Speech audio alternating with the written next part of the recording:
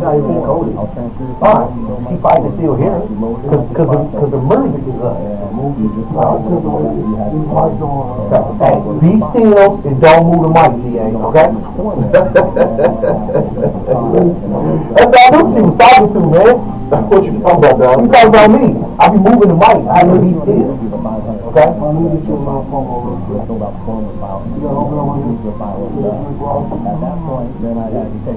Bears, man. The Bears. Hey, this is Peter Bessie, a.k.a. The Viper. Thanks to Hubie Brown. Thanks, Hubie. Thanks, Hubie. Listening to Mero Sports Talk. More Sports Talk. That's NBA trivia for y'all. Really? Okay. Why is Kyrie so trash? I can tell you that right now. Oh, you had that on? I need you to tell me this. You got a team with Caleb and Kyrie, and you still lose 7 in a row. Did you watch any of that last night? It's absolutely wrong. Because they can't, number one, you can't play defense. Number two, you just that bad team without you. Just like when you pay for contracts and all that stuff, and you're going to find out about Jimmy Butler next year, and he gets that contract, and he's now going to be the guy. We're going to keep talking. What do you lose to about 20? They was down 20. That was down as much as 20 last night against Sacramento. Boogie was cooking Mozgov's ass, man. Boy. They will get slaughtered. And LeBron still out. He's a game time decision for tomorrow. But we all game time decisions, aren't we? We all think we're ready. Fuck out. Burrell, Ohio. Look, man. Look. Urban went down south and got him fast one. Okay? Yeah. Okay? The running back, Ezekiel Elliott, 230 pounds. He's from St. Louis. Okay? Look, you come to listen, boys and girls. You come south to the Mason-Dixon line, where the weather is good, 9 months out of the year, and you can just run. You know what I'm saying? That's what you got. And also, thank you. He said, you know what his quote was after Bama? The future is bright at Ohio State. And this is going into the title game. Yeah, first year there had to deal with second and third string quarterback, and he's playing for the national title tonight. The second string quarterback, by the way, is from Wichita, Texas. JT Barrett. So, see, this is we need. How much for a cable bill? How much a cable bill is? Because there are so many viewing options for the national championship game. So I remember last year watching the free shoot and Auburn play, and I didn't even watch the game. I watched Paul Feinbaum and the coaches watch film. You know, Mario Davis and the boys. So, just linebacker Mario Davis. Both of them. Both of them. Okay, the one said he was watching games and was his favorite player from Bob Williams. Alright. That right there is my team co-host, my big brother of the sports game, for David Allen, Allen Troll, Mo Allen Enterprises is Silverfoot. I forgot about that. Oh, you never forget that, okay? Right here in North of me, lined up like fighters, like I always do the weigh-ins and stuff. Hollywood Cole, a.k.a. Dollars, Christopher Henderson. Good evening, sir. When I can't tell you anything anymore about something that's the obvious, I don't need to watch it anymore.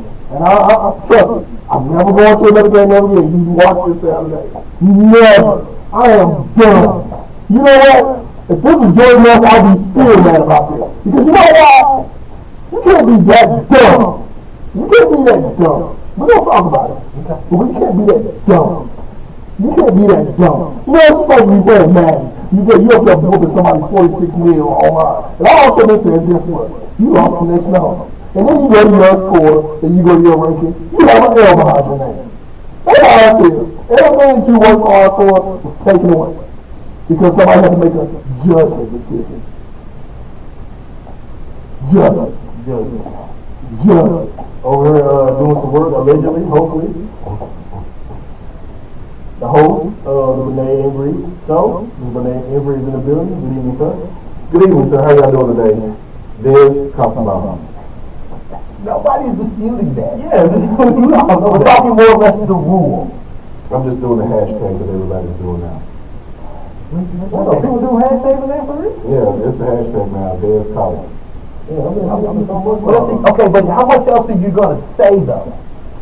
It's nothing that can be done. There's nothing but like Tony Romo said, opportunities come like this once in a lifetime, and with the history of our owner here making decisions that are not quite, what's the word I'm looking for, not quite logical. You know, the off season is up, somebody may offer Dez $1 million, buku money, somebody may offer Marcus Murray buku money. Listen to the fear and panic that is coming out of you, man. It's like, look here, he can only franchise one player. You know, okay. So, but wait a minute. First of all, hit that door. First of all, Jerry gets no credit for this season? No, I'm not saying Jerry doesn't get any credit for this season. So this doesn't go. What I'm saying is, if Dez has a choice between playing for the Cowboys, which is what his heart is, and they say, okay, Dez, here's a 5-year, $50 million contract, you get $7 million up front, signing bonus, whatever, and another team like Jacksonville comes through and say, hey, for those same 5 years, we'll give you $80 million with a $15 million. Because Cowboys, I don't know, how are they looking on the salary cap? The price of the dead starts at $20 million guaranteed. Okay? Right. He's already been. That's the base. That's what he's been offered from the Cowboys so far. Okay. So they have at least offered him something. Yes, They have the money. There's a deal on the They table. have the money. They're 20 after this. When this season ends, they're $22 million under the cap. Oh, that's good. They have enough to get Dez, and they also have enough if they want to keep Murray at a certain standpoint. They could. The problem is, I think they can. and also you got casualties. By the way, Sean Lee casualty. Brandon he's Carr. gone? Yes. Oh, Brandon Carr, yeah. I got a couple. Hold that thought. I Yeah. got a couple of Cowboy position questions for you, including defensive backfield, et cetera, et cetera. Yeah, yeah. Not only I have a question because I was wrong about the draft this year. Save it for Yeah, our save it for the segment. Save it. Let's get to the world's greatest segment right now. Right on. What time you on there, buddy? Let the boys and girls know. Oh, I'll be on the air on the B side from 8. It's starting at 8 p.m. He's gonna transition over. Getting a lot of good shouts on your on the Twitter, man, about your guest tonight. Yes, Very we have good. 5 Made Men. You know, former co-host of former SIP, Nina, will be back in studio with 5 Made Men. Okay. I'm actually be hosting her birthday party this weekend. So I will be. Really? Yes, I will be with the elite upper echelon crowd. So you sound like a black Merv I want Griffin. you. I want you. Hey, I want your telephone voice on, okay? So That'd be Bene's great. new nickname is gonna be Merv, the Black Merv. Like Bird. And drink out of Like Bird. glass. Yes, I will have to drink tonight. out. You notice I didn't bring anything here. I want to Good. make a good impression. Okay. Oh, you've never met the Five Guy Burgers Hey, before? this Five one- Made Men. This is when we mess him up. I'll go run the Fox real quick and just throw it in the window at him. Put it up in the window. Hold on, you're drinking 2 cans like this. Like this. The sweating will become real. Hey, man, and thank y'all for letting me just hang out for a second with y'all, man. Don't start asking me for studio fees. I'm just hanging out, and if it comes to that point, y'all can just kill my mic, and I just sit here and work. Hang out. What are you Have a talking seat. I mean, if you want me to message you a bill or something, Because I may still, because DA will come over there in a minute, because I got a whole bunch of jacked up topics to talk about tonight. Then I need his, Why are your topics jacked up? because I need you had give the best advice on relationships and love, and I need your input All right, tonight. I'll be there. all right, cool. Take a quick break, come back. Yes, the best segment of tonight, maybe in history. Looking real royal over there, buddy. Thank you. Shout out to Fits your B-Mo. nickname well, man. I really appreciate that. Cool. I have another one in the car. I You bet want you the other do. one. So Is it a size 8? Because my head is big, bro. you can adjust it. Cool. So Can't wear like take a break, come back. Sports history and birthdays, and also, you know, and my mom's had an interesting conversation. One involving somebody trying to steal an ambulance. We'll be right back. More Sports Talk. THAfterparty.com on the A side. Presidents to represent me. Presidents to represent me. I'm out for presidents to represent me. I'm out for presidents to represent me. I'm out for presidents to represent me. I'm out for presidents to represent me.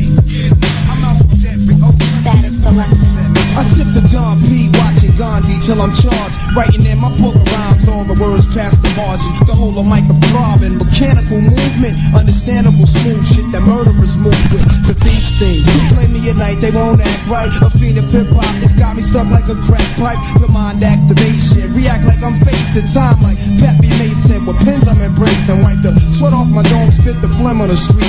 In the Nikes on my feet, keep my cipher complete. Where the cruising in the six cap, a Montero deep, I can't call it. Beats make me falling asleep, I keep falling. Never falling 6 feet deep. I'm out for presidents to represent me. I'm out for presidents to represent me. I'm out for dead fucking presidents to represent me. It's yours. I'm out for dead fucking presidents to represent me. It's yours. I'm out for dead fucking presidents to represent. To my man Ill Will, God bless your life. To my peoples throughout Queens, God bless your life. I trick we box on crazy bitches, aiming guns and all my baby pictures. Beef with housing police, release scriptures that's maybe Hitler's. Yet I'm the mal money, getting style, rolling foul. The versatile honey, sticking wild, golden child, dwelling in the rotten apple. You get tackled, caught by the devil's lasso. Shit is a hassle. There's no days for broke days. We selling smoke pays while all the old folks pray to Jesus, soaking their sins in trays. A holy water, odds against nods and slaughter. Finger the word best describing my life. To name my daughter my strength. My son and star will be my resurrection. Born in correction, all the wrong shit I did, he'll lead in right direction. How you living larger, broker, charge cards are mediocre. You flipping coca, playing spit spades and strip poker. It's yours. It's mine, it's mine, it's mine. Whose world is this? The world is yours. The world is yours. It's mine, it's mine. Whose world is this? It's yours. It's mine, it's mine, it's mine. Whose world is this? Yo, the world is yours. The world is yours. It's mine, it's mine. Whose world is this? It's yours. It's yours.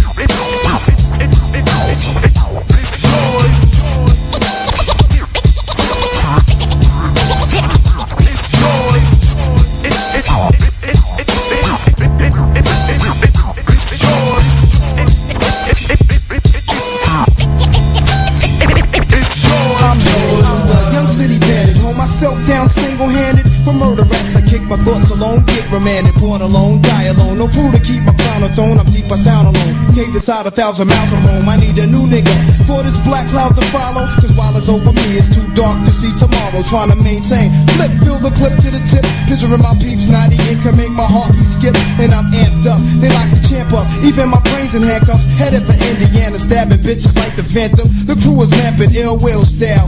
Check the go-to smell, plus I profile well. Stats through the flock, clothes, burning dollars to light my stove. Walk the blocks with a block. Check the games plus the games people play. I check This is Barry Church, and you're listening to Mo Sports Talk. Down. That's it. Presidents to represent me. I'm out for presidents to represent me. I'm out for presidents to represent me. I'm out for presidents to represent me. We're back, Mo Sports Talk. THAafterparty.com on the A side. I know, bro. I know. I'm hurt too. Trust me. When knowledge has no answer for anything, and shakes his head with a head not that hard too. you know what hurts me the most? Being that I wasn't visually watching the game, and then all of a sudden I just see this. I mean, as DA says, that's the best wide receiver in football. Made me assume that there was a great play being made. I thought it was a great play that was made. It was a great play. I was at the Steel Mirror watching it, and in the lobby we got a TV in the lobby, so of course it was pretty much a sports bar, pretty much. But until after the call was reversed, and you start seeing people pushing baskets and cursing and ranting and raving, but that's another story. All right, My today is somewhere looking like today is Monday, January 12th. 2015. And yes, Dave, I do have moments in sports history today. Okay, read them. 1906, the forward pass was legalized by the Football Rules Committee. Well, the catch need to be legalized. In 1921, oh man, look at this name right here. Kennesaw Mountain Landis Right. became the first commissioner of baseball. Stop right there. As I'm rewatching the great Ken Burns 11-part documentary, Baseball. Yes, I am upon the point where Kennesaw Mountain Landis becomes commissioner after a bunch of corruption, a bunch of cheating, a bunch of stealing. Yeah, matter of fact, mind y'all, this is in the 1900s, okay? So while we're talking about I want my sports how it was back in the days, oh, you mean back in the days when they was whining about money, throwing games, stealing, and doing all that? They want that, right? Yeah. Okay. All right.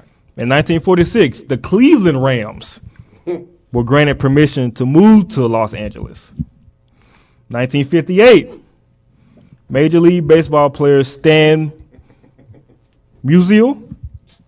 Breakfast, lunch, dinner, brunch, the hotel suite. Oh, it's a hotel suite now? Stan the Man Musial, sir. Who cleans the suite? Who did I have? Who did I have? Who did I just add to Dang, cause you added somebody cleaning duty. to bus boy. By the way, we have to add some more. Des Bryant has to be. Yeah, Des. Yeah. left Oh yeah, for he's a He's right. He already said in the all building. day. Listen, Michael Tucker got to have him a squad. Michael Tucker Man, I and can't Jared Lorenzo. I can't remember who I said that was. Okay. But he was like, "Hey man, he picking up these buses. He picking up dishes and washing dishes." The Kennys, Stabler, and Anderson, they like to party. All right, Stan Musial and Johnny Padres were guests on the Ed Sullivan Show. Okay. You know, at the moment in sports history. All right, 1960. That's a moment in sports history appearing on the Ed Sullivan That was Show. like the first person that was on a night show. Or Maybe so. I guess so. The first athletes to appear on a variety. Okay, what was their talent? And here come the Ohio State. Oh, nah, not shit. Horrible uniform. 1960, Dolph Schayes Hey, of the Syracuse Nationals nice glasses. became the first pro basketball player in the NBA to score more than 15,000 points in his career. Son later played in the league as well. Danny. Danny Shays. Danny Shays. Well done, Henderson. Was that the Phoenix Sun, Danny? Orlando. Which one do Both. we? Ooh. You can flip a coin with that. Orlando, because that one had the most taco meat on the hair, on the chest. All right, gross. All right, 1966, Red Auerbach won his 1,000th game as a coach of the Boston Celtics. 1969, the New York Jets defeated the Baltimore Colts 16-7 in Super Bowl III. It was the first victory for an AFL team over an NFL team that was considered a huge upset. This was the first time Super Bowl was officially used as the name for the game. Yes, it came to former AFL founder, former Dallas Texans founder, Kansas City Chiefs founder Lamar Hunt, where the son was just bouncing a Super Ball around the house. Shout out to Lamar Hunt, who is also an SMU alumni, Shut. Yes. which is my alma mater. And when you see those yellow trucks that say JB Hunt on them, Hunt. Yes. Wealth, not rich. Just like Robin trucking. All right, 1999, Mark McGwire's 70th home run ball was sold at an auction in New York for Hold on, whose? Mark McGwire's. Oh, was it $3 million? $3 million. By the Spawn great Todd McFarlane? Yep. Well, The great Todd McFarlane.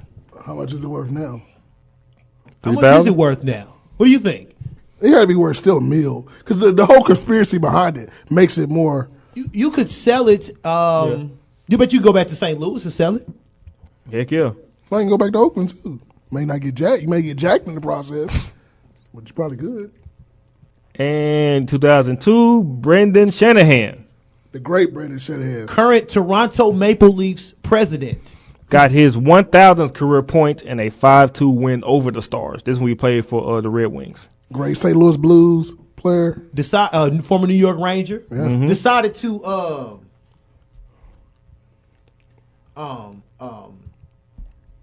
go without a coach, like a permanent coach for the rest of the season after they just fired their coach. There's your hockey news for the week. And in 2004, Cam Neely's number 8 jersey was retired by the Boston Bruins. What is he? DA? Yeah, DA. He's a lefty. Who? Cam Neely. Cam Neely. Cam Neely? Yeah, full soiree. Full soiree. I don't know about an overnight, though. I don't know. No overnight. You got to have a hockey story. Depends on what Will Clark has to say about it. Hold on, how big is this suite? No, it's like a whole hotel.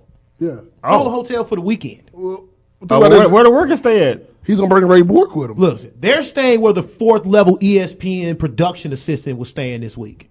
Where are they staying, by the way? They're not staying in the same hotel as David By the way- Pollock and Tim Tebow, right? No, sir. By the way, in my hour, I'll tell you about the weekend with those people I had. Right on. All right.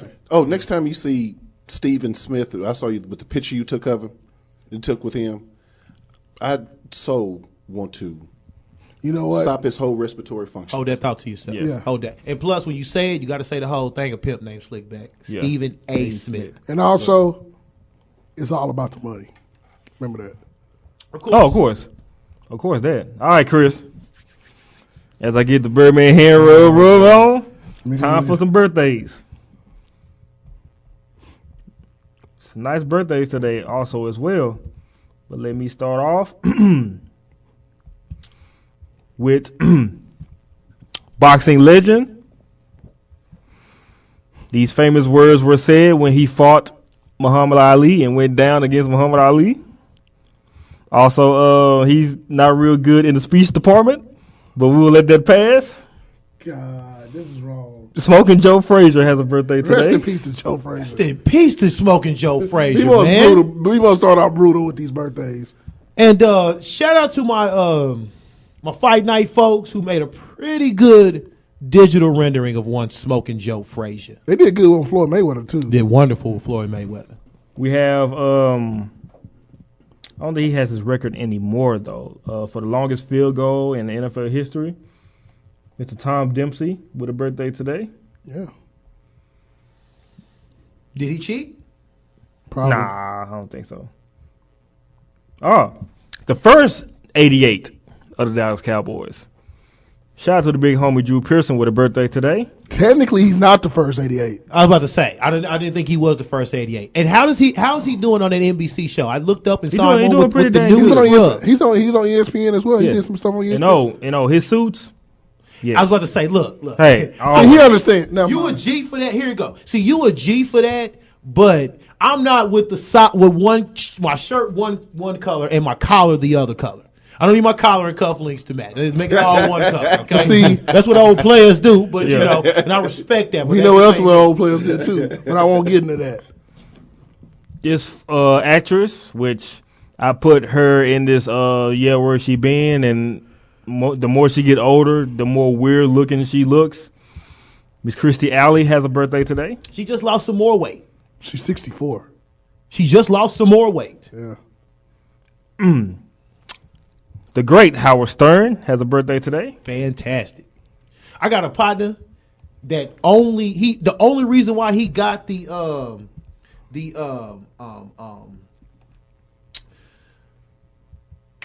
lost my train of thought. Who was I talking about? Oh, Howard Stern. The only reason why he got like the Sirius XM subscription was just for Howard Stern. He paid $15 a month just to listen to Howard Stern on a regular basis. Nice. Is he that good? Is he that great? Yes, he Renee? is. I don't. His TV show was awesome. I like the I like the movie. Oh yeah, have you ever seen the movie Private Parts? Off and on. Maybe, That bit Great. he did with the chick. Great movie. Yeah, great. Great. It's an NBA legend right here, who we all still think, or all still mad about him being left off the 50 greatest players of the NBA.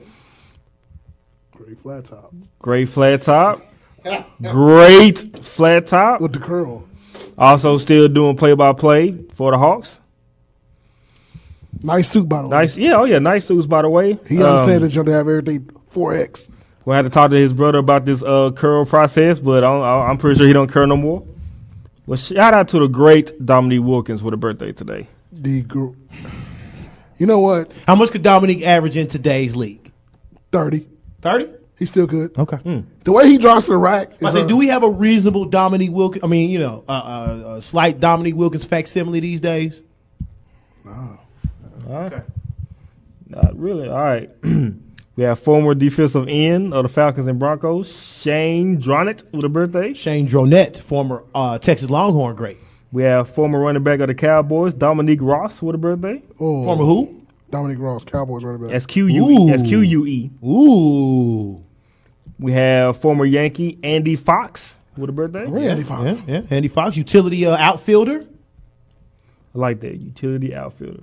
We have former pitcher, which I honestly thought that he was going to be one of the greats, but I hate that I seen that he really just fell off the face of the earth like this.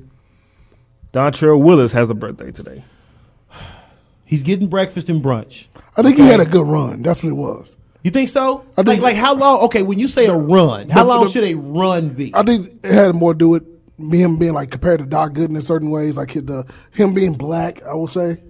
Him being When you say run though, like he was hot on ESPN, the funky delivery, everything, and once that got exposed, he was just an ordinary pitcher. Yeah. Then he tried to move the outfield, right? Yeah, because his height. Because he could hit. Yeah, he was also a pretty good hitter too, but it didn't really go as well. But man, like for like a 4 or 5 year stretch, he was like a top pitcher in my opinion. Okay, hold on. Go ahead. Look, I'm gonna go to the numbers. Look for that. But I don't. But because for example, if I think he was just hip for the moment.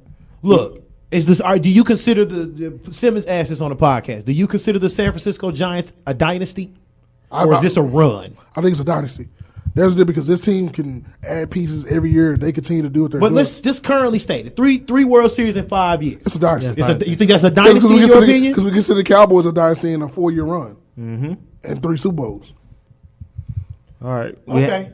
We have former NBA player, former Bulls great Scott Burrell, former Hornets great with a birthday. Former UConn great. I like him on Live 97. Oh my goodness. Cut it out. He can shoot threes. Cut it out. In the corner, that's it. You put him anywhere else around that court, it was a wrap for him. That's what you need him for. All right. Got some football ones for you, Chris.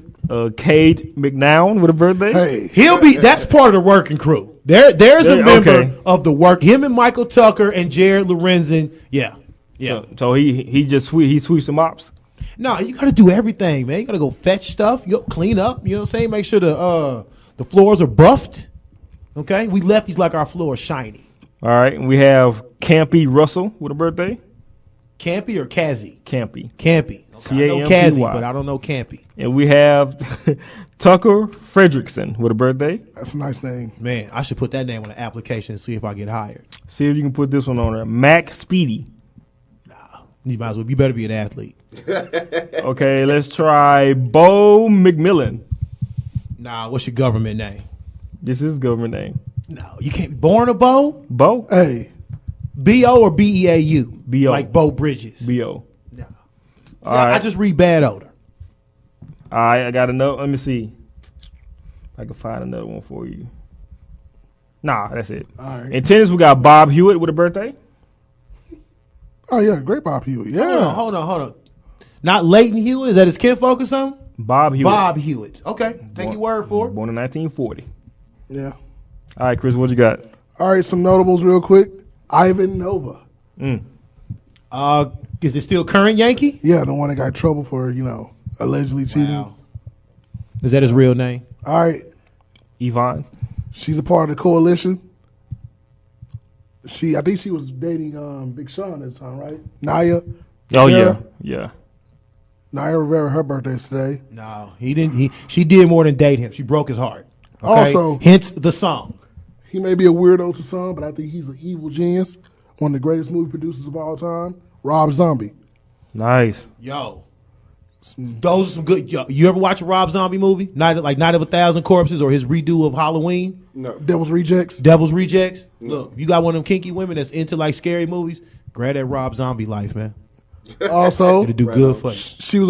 She was a part of God was show Jersey Shore. Okay. Miss Dina Cortese. Cortez. Yeah. I wonder if she's related to Dad. Hockey player, Mr. Marion Hossa. His birthday's today. Oh, Marion Hossa, 6. Is that tall? Marion Hossa? Yeah, tall. All right, very good. Oh, shout out to arguably one of the greatest rap, not groups, rap empires. I call them an empire all the time. They go by that yellow logo. Is it Wednesday yet? Yeah, it should be. They go by that yellow logo, But this guy, man, they call him the chef. Raekwon. Louis Rich. Shala. My second favorite Wu-Tang member after Method Man. Also, rest in peace to this wrestler, Miss Luna Vachon. Her birthday today. Man. Who? Luna. The fabulous, Luna, just Luna. Just Luna. Just Luna? Yeah, her name Luna. is Moon? You was thinking about the Fabulous Moolah. Yeah. That's what you was thinking I know about. Luna, the one of the oddities, right? Yes. Yeah. I think she was the one that started the shave bald on the side. Yeah. And had the hair at the top, mohawk and ponytail. She started that. All right, 2 more before we get out of here on this one. Former singers. She's part of the Halfers, as they call them. Oh, A. Marie. Oh. Canadian too. Who's her mom? She has a famous mom, right? She does. I have to look it up. Hey Marie, hey you, music guy. Hey Marie, no, He probably A. Marie. Who? the singer. Is You this said one Avery thing Presley. that can't be missing? What? Who did you say? Avery Presley. No. Jesus Christ. Oh, Lord. All right, and 2 more notables real quick. Former Dallas star, hockey player, Ulf Dahlin. Okay. Nice. Jocelyn Thibault, former Montreal Canadian goalie. Nikolai Holly-Bulin, Kabibulin, Yeah. former, Chicago Blackhawk, Predator.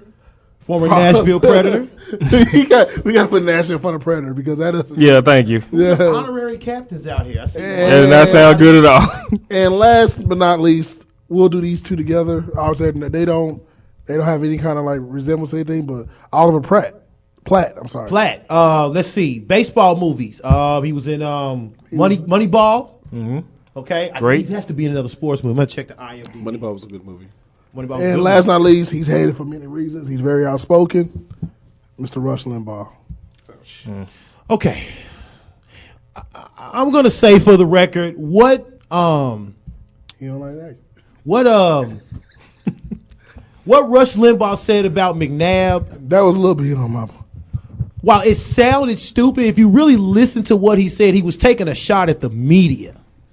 So, and by the way, Rush Limbaugh, they wouldn't let him become an owner in the league. He tried to buy the Rams at one point in Yep. time.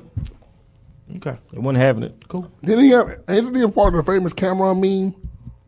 Maybe he is. When Cameron had the Utah Jazz outfit on, he was like pointing at him. Shout out to Like, Gordo for a fantastic fake Rush Limbaugh. Thank you. Let's take a break, come back. Divisional playoffs was afoot over the weekend. I don't even know if it was a game. Don't do it. I can't Right. confirm it. Don't do it. Apparently it wasn't because of that call. That game does not even exist, right? Nope. We'll talk about that game that apparently doesn't exist in Hollywood's eyes. And he finally threw an interception, Dave. 2 at that. 2. We'll be right back. More Sports Talk. THAttheparty.com on the A side. What's that? Oh, damn it, baby, you back. Yeah. Heard you got a boyfriend. That's cool, girl. Where is he at? Ooh, he fucked up. You lucked up. You done ran to the motherfucking man. Look, I make you my babe for a day. You should be happy I'm giving you back. Cause I can make you wifey for a week. We can spend a weekend in Japan. If anyone fuck with my Aki Chan, tell him they'll get fucking Jackie Chan. Honestly, I'm better as your boy. I'll be kinda shitty as your man. Let's go back to only being friends. Sorry, girl, I hope you understand. It's just nope. That's right. So good.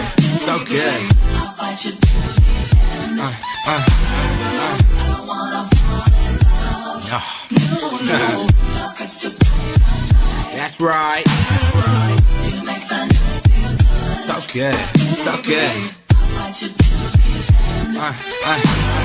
I wasn't leading you on, girl. I just forgot where I was going. I got way too attached. That wasn't the plan. And I knew a girl just like you once. We ended up hating each other cause we couldn't let it end. That can't happen again. I wanna fall in love. No, nothing's just like a knife. You make the night feel good. I'll fight you to the end. I wanna fall in love. No, nothing's just like a knife. You make the night feel good. I'll fight you to the end. So I'm putting my ding, pulling at my heartstrings, ding. When I'm trying to let go, look, it's hard enough to leave you alone with the phone going ring. Please let me go, cause I wanna fall fall in love. Cause the last time left me cold when she left my house. She ain't even let me know, nigga, she ain't even leave me notes. Part of the reason I'm easily hurt. Part of the reason I'm leaving you first. Part of that part of me give my apologies. I know that working on it never works. And I'm sorry it's you, but hey, what should I do? Be happy with lies and be sad with the truth. Don't be ashamed, you see love is a game. And I still wanna play, I'm just too scared to lose. And I know you are too. But it's good, you know? I mean, we're young, we don't need to be all tied down. You know, honestly, fuck this shit. Yo, this is Boogie, alright? Yeah.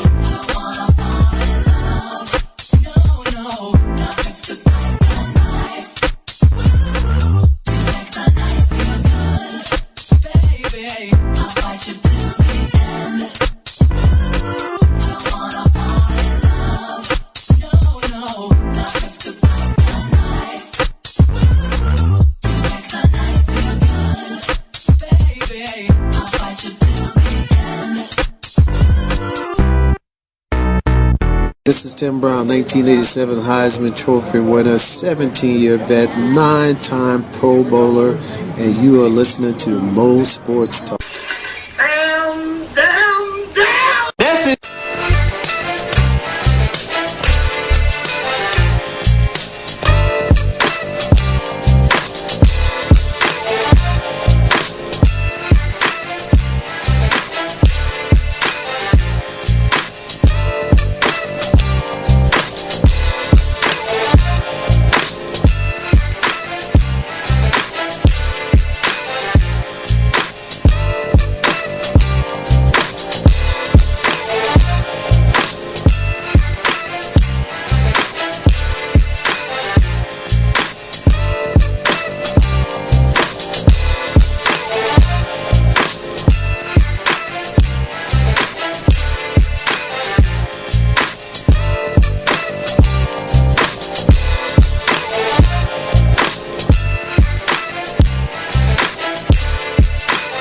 Past Ravens and Carolina, Seattle. Let that. Oh, okay. Keep the mic still, DA. Good old finger point repeatedly. Hello. Watch ESPN app. Crashing. Oh, we don't need that right now. App, crashing. You know what else crashed this weekend? Good Flacco. Yeah, he sure got did. Bad Flacco in the second half. Yeah, he flagged. Yeah, basically, he did what Flacco does. So the Ravens didn't Raven? Nah, they didn't rave. Because yeah, they had two 14-point leads. Yes, okay? and that's exactly what I want to get to. Who's their cornerbacks? Will Hill and your boy Jimmy Ladarius. Smith.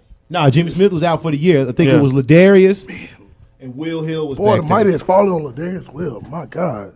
Well, When you're a Pro Bowler? but this is year He's two. all pro. But this is year two back from the knee injury, so at least you like to think that the worst is behind him. But I don't think it was the fault of the corners last night. It wasn't. I think we just got Joe Flacco, and then the Belichick and Brady combo again exploited. I mean, they just exploited an opportunity. Another cheap play that we don't know about. And they didn't panic, and that's what I like about it. So, Pass get the win, Okay. 35-31. As a former football player. Pass get the win, 35-31. Like DA had mentioned, Ravens had two 14-point leads, but Brady, Belichick did not panic. I really thought the Ravens had this in the bag. I honestly did. I thought, the second half, everything was going to calm down.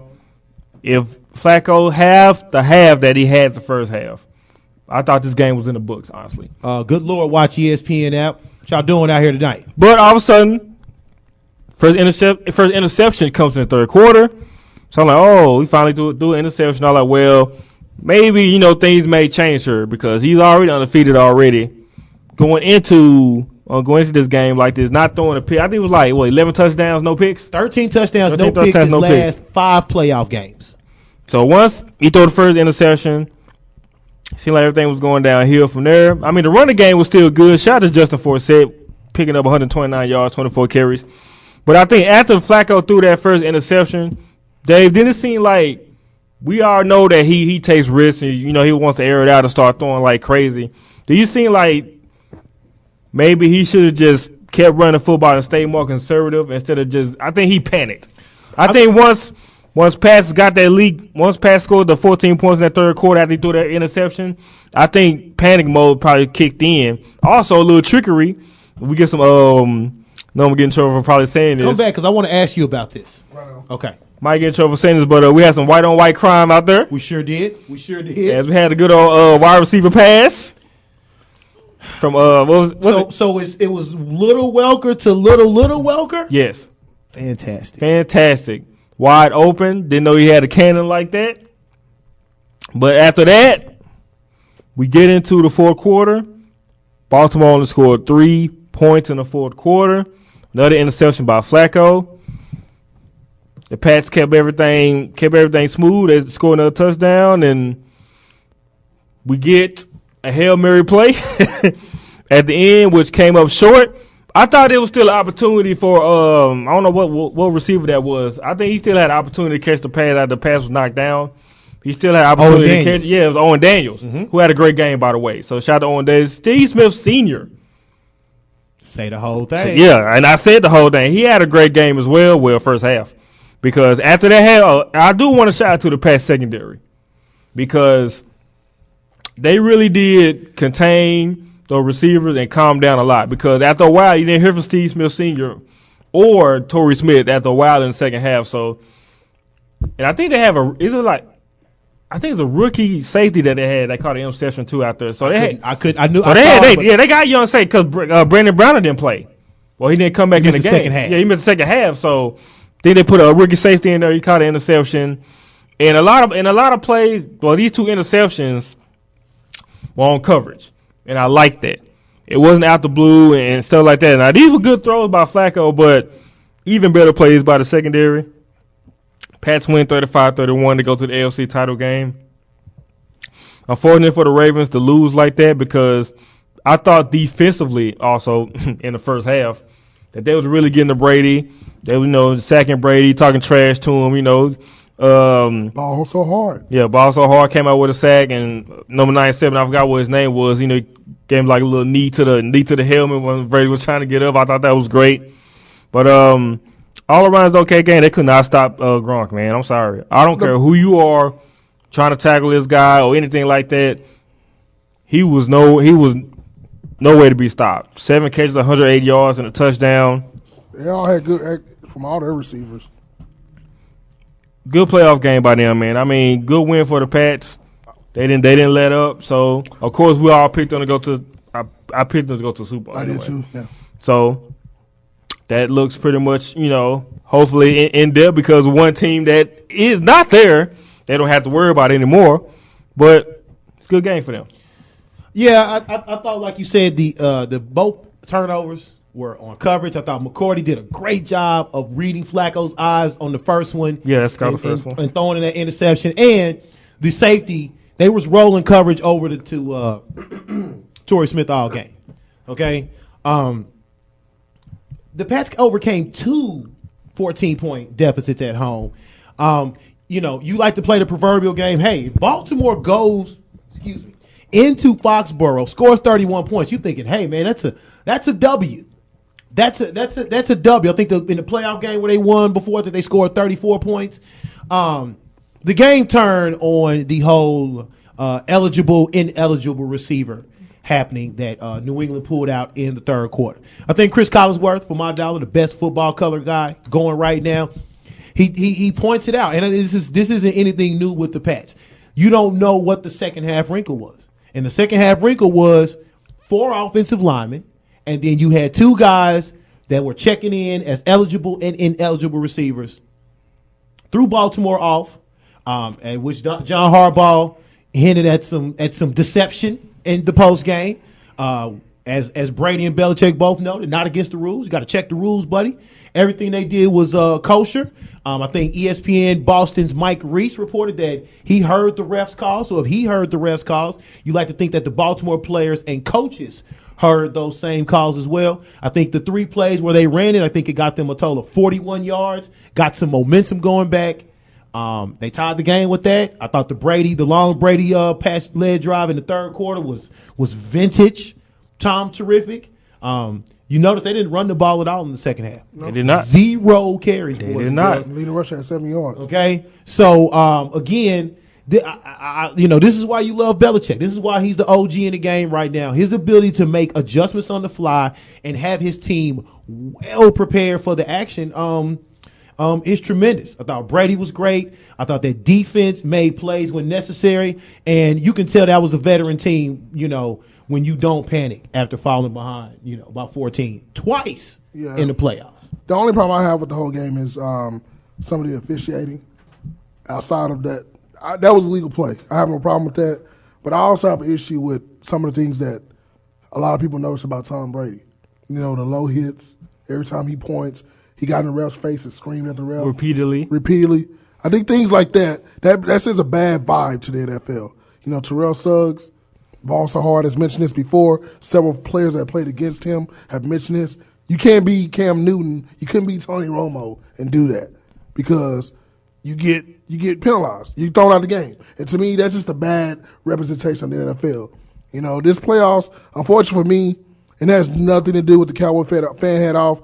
This playoffs, every week we're having to wonder officiating. And I have an issue with that. I know why. This newfound NFL deal about putting the best and the brightest at each position instead of working the squads. Look, I'm with grading referees on an individual basis and then, earning your playoff and therefore your Super Bowl. But you run into these issues. But look, there's no camaraderie. There's no camaraderie. There is no continuity. Right. We've seen that in at least every playoff game. Yes, we've seen every playoff game. Even the Amendola catch. Okay. Yeah. So, again, look, it's a new thing. There'll be some kinks to work out, but I did think that was something. I think you implement that maybe in the preseason. Okay, I don't think you want to test out new ref crews in the playoffs. Not during the playoffs. Because my problem is this, which we'll talk about that game later. The referee that called the touchdown is the same referee that didn't even overturn it, and I have an issue with that. And like the whole thing with Tom Brady. Once again, it's like you're targeting favorite players. Tom Brady can run up to a referee and scream at a referee dead in his face, and nothing happens. There's no flag, not even a 5-yard penalty. Exactly. That's basically, and that was at least a good 10-second raid for Tom Brady. To me, the integrity. Like, if there's a such thing as integrity, like if you want all the naysayers to shut up about refereeing, that is something that you definitely gotta change. And I think that, I agree with DA with that. There's no way I'm walking in trying to experiment. Gene, Ed Hockley and Gene Saratoga, whatever his name is, trying to implement these guys together all of a sudden. Because to me, you run into these issues where if let's say we're all referees. We know each other's tactics, everything about each other. All of a sudden, Chris, you got to go work with Benet and somebody else. I don't want to do that. I don't want to do that. Yeah, not a playoff game. To me, because the little itty bitty plays that we know. Because the issue I have with that we'll talk about the next game. That's the catch off the bat or not. Like that's the issue I have. There wasn't never ruled never a catch. See, to me, that's the issue. He saw it as a catch, but all of a sudden you go up to the booth, as they say, in this case, it's inconclusive evidence, which there really wasn't, especially on the Amendola catch. Right. It's not a catch. But then you get another play in the Green Bay game, Randall Cobb makes the same play, it's a catch. And the ball hit the ground. You got to be equal on those kind of things. And I know you're going to get here and there bad plays, but a lot of these plays that we're getting called out on are momentum changers. Because every time we're going to talk about this Patriots game, no matter what happened, the interceptions, the game changed on that legal formation, whatever you want to call it, what they thought was illegal. Everything changes there.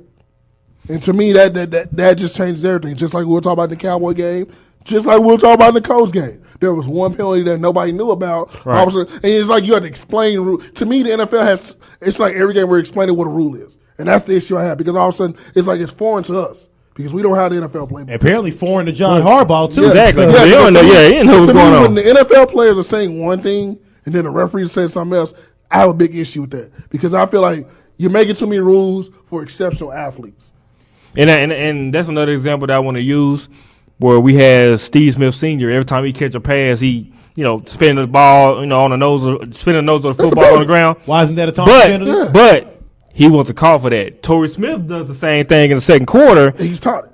He's called for taunting. You think it's a trained eye thing? No, I think it's favoritism. I think it is. I think it's favoritism, and they may be intimidated by these guys because Steve Smith the same way, get up, ran the rave, and holler and stuff like that. Tom Brady, same thing. You don't need to get a playoff assignment if it's about that because You know, if you can't control, if part of the referee's job is to control the game. Okay, and if you can't do that, then you don't need to get a play. I think the problem with the referees are they don't want to ruin momentum because all these calls. But anything that you call is going to ruin momentum. But anyway. But it seems like if any theory guy, some guy that has some theorists that say, hey, well, it seems like all these calls that got called were home game winners. Basically, every play that was called, it didn't affect the home crowd because if you notice, after the Green Bay played with Dez, the crowd was quiet.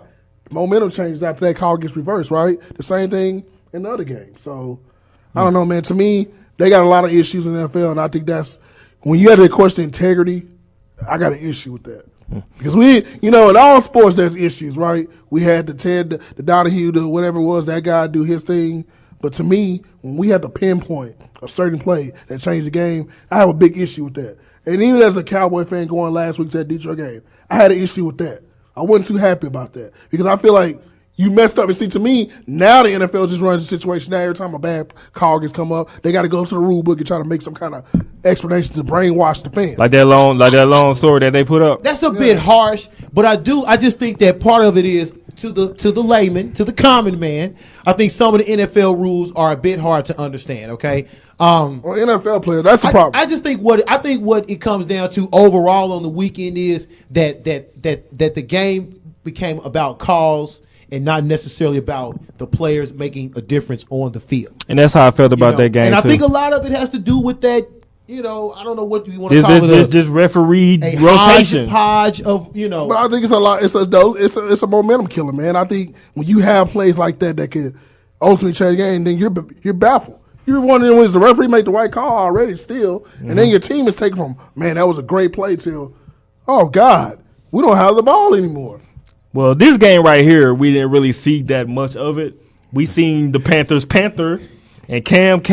Well, there was a play in that too. too. My God. We see why they were a 7-win team, and that showed on the road as the Seahawks that was a Madden prevailed. That was a Madden. Cam Chancellor had a lot of Madden plays in this game.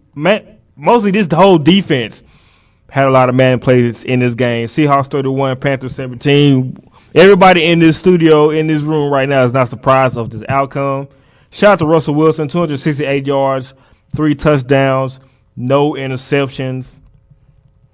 Had a little DNR right quick on him. Russell Wilson had multiple completions of passes of 20-plus yards downfield for the fifth straight game. Cam Chancellor, man, I mean, you have to basically say he's the best safety in the NFL.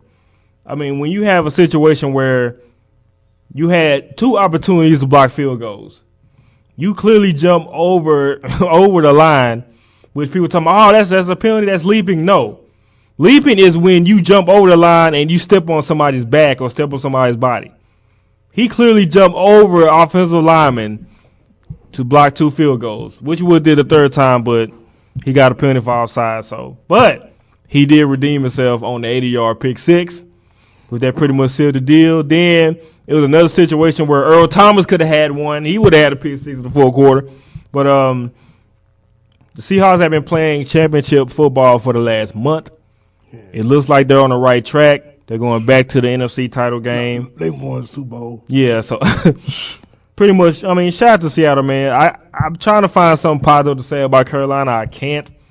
I have something positive to say. I mean, besides Kevin Benjamin, which I think he's going to be a great receiver for this team, they asked him to be a number 1 receiver in his rookie season. And he stepped up to the challenge. Cam, I don't know what's up with your throws, man, but you're going to have to get smart. that fixed. He's not smart. And there was a lot of dumb passes out there from Mr. Cam Newton out there. But they played like a 7-win team. A lot of people saying they didn't deserve to be there because they saying if Arizona would have had Carson Palmer or Skelton or whatever, they would have won. Nah, F all that. Shout out to the Panthers, I guess, but they played like a 7-win team yesterday. Nah, man, Cam Newton is not smart. And I don't care what anybody says. Football-wise, he's built like a machine. He can run like a machine. He has a bullet for arm. He's not smart. There's just certain things about football players. Like, he just ain't smart, man. Like, that throw he threw when Killer Cam, as I call him, or Cam Bam, whatever you want to call him, Chancellor got that pick. It's like he read that play when he hiked the ball. It was that easy. You know, Carolina, I thought this game would be a lot better than what I thought it was. But I also kind of figured out that, man, when you don't have any blue chippers on offense, because don't get me wrong, Kelvin Benjamin is great, but is he really a blue chipper? Are we hyping one season of blue chipping off of that? So I don't think that he's a. He made. I mean, as far as that receiving core, besides he had no choice because he had no choice besides Greg Olsen, but yeah, because Jericho contract nobody be looking at. So I think this team, they overachieved, they got lucky, and congrats to the Seattle Seahawks, your new Super Bowl champions. You already called it, huh?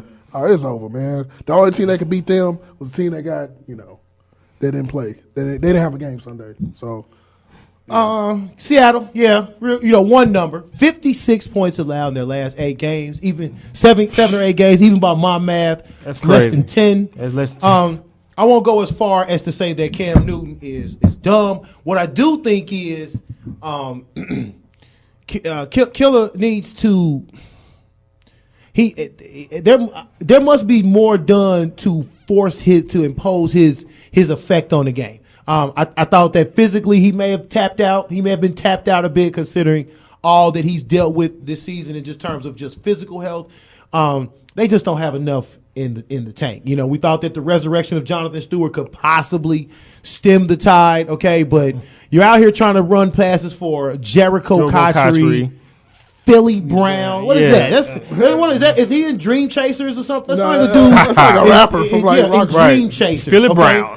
Philly Brown. So Seattle's overwhelming. Look, you throw in the tight ends. I have no idea who they are. Well, Cooper and who's the other guy? Oh, now officially a top 5 tight end according to one of our. Yeah. Cooper's officially a top 5 tight end. Wilson, that's the other one you think about. Yeah, Wilson and Cooper Helfelt, the new Aaron Hernandez and Gronk of the league. Y'all gonna make I'll tell you what, boy. I think it just came down to Carolina not having enough guns in the stable, and it looks like Oregon is off to the races, up 7-0 in the first quarter, and another long play for the Oregon Ducks. All right. I just thought Carolina didn't have enough guns in the holster, and their defense. And I thought you needed the P and the M for the Carolina. You needed a PAM for the Carolina Panthers to win. You did. It was not in their defense nor their special teams. All right, real quick. From Super Bowl loss to division round loss, Broncos lose to the Colts 24-13. Andrew Luck, 265, 2 touchdowns, 2 picks. I never seen Peyton Manning passes just look like so terrible. It was overthrown, underthrown. It looked like there was like a lot of miscommunication from the receivers. He just didn't look right out there. And they saying apparently he had like a injured quad or whatever. So I guess they torn quad. So I guess they're trying to make an excuse for him and things like that. But Dave, that prediction is looking pretty damn good, okay? And it looked like the Colts they may do it, but they do go to New England, so we'll see how that goes. Shout out to the Colts, man. Shout out to T.Y. Hilton, 4 catches, 72 yards. Only bright spot for Denver to me was Mr. C.J. Anderson, who had 18 for 80. And that's the only bright spot that I've seen from this Colts team. Defense was non-existent. You would think the Colts wouldn't be able to stop anybody. Shout out to Vontae Davis. He's not tired. He ain't tired. Vontae Davis did a great job out there on those receivers, man. I gotta give him a lot of props for that, man. Top 5 cornerback in this league. I give him a lot of props. But shout out to the Colts, man, shutting a lot of people up because nobody picked them to win at all. Man, I'm a huge Andrew Luck fan, and I do want to say this because I was giving him hell during the season. He is an elite quarterback in the NFL. Man, as I told everybody, I've been saying this since preseason. The day that we started talking about football in preseason, I told DA in the car from a long ride from his place to here, Denver is going to be the most overhyped team ever. I told everybody it's going to happen. You want to talk about premonition? I knew it. Choke was all written on this team. Peyton Manning, whatever you want to call him. What does he need? He need 88? Does he need Reggie Wayne? Does he need everybody? No, he got the weapons. What It's he need? him. He got the weapons. It's just him. I mean, when you go from being the most accurate quarterback in the league to being a guy that can't even get a 10-yard pass off. You can start blaming the injuries and everything. Everybody plays hurt. Aaron Rodgers throwing lasers. Romo's throwing lasers. Yeah, and I'm gonna mention Aaron Rodgers. So to me, I think that it's just a combination of coach is not really. He's a good coach, but he's not a great coach. He ain't winning you a Super Bowl. Peyton ain't got it in him. Denver was overhyped. He signed names. Philly did this. So yeah, it was just a bad example. I told y'all this in 2012. I'll tell you in 2013. I'm gonna tell you in 2014. That boy good. Listen. You need 12. You need 12 in your life, okay? Because you know when as Lebron said about Green Bay going into the weekend, mediocre team with a special player, okay? You know, he has T.Y. Hilton. I can't I can't name you anybody else that I'm like, yo, we got to keep an eye on that dude. We had a Hakeem Nicks sighting, okay? You know what I'm saying? This is all about luck, okay? And the couple things he said after the game that caught my attention. You know, this is their like fifth playoff game. Yes. Underneath these guys. So, you know, with luck and Coach Chuck Strong rolling, I think that's the foundation you need. Everything else kind of plays off that. I mean, I think the defense is playing above their heads. It didn't help that Demaryius Thomas all of a sudden had the dropsies and couldn't sustain drives, couldn't keep the Broncos on schedule. As far as 18 being hurt, you know what all the athletes tell me. If you out there, you healthy. You good. You good. Okay? Yes. You know, if you're injured, go sit down. Okay? So you know, I think this is about the coach, man. I think Chuck Pagano coached circles around John Fox. The Broncos looked like a team waiting for their head to be chopped off. So, well done. Let's go to break, come back. Hollywood at 8. I have no idea who's calling in, so don't ask me. We shall find out when we come back from break. Mo Sports Talk, THAfterparty.com on the A side.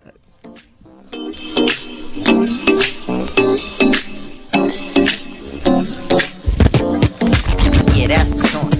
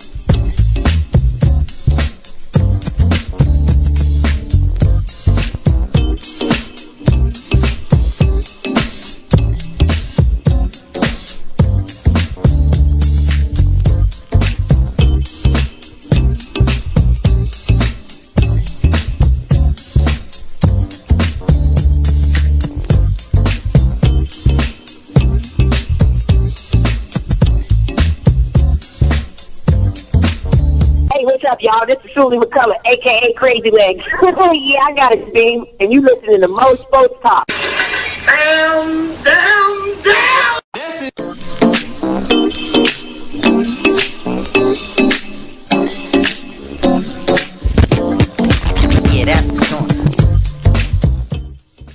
All right, we're back.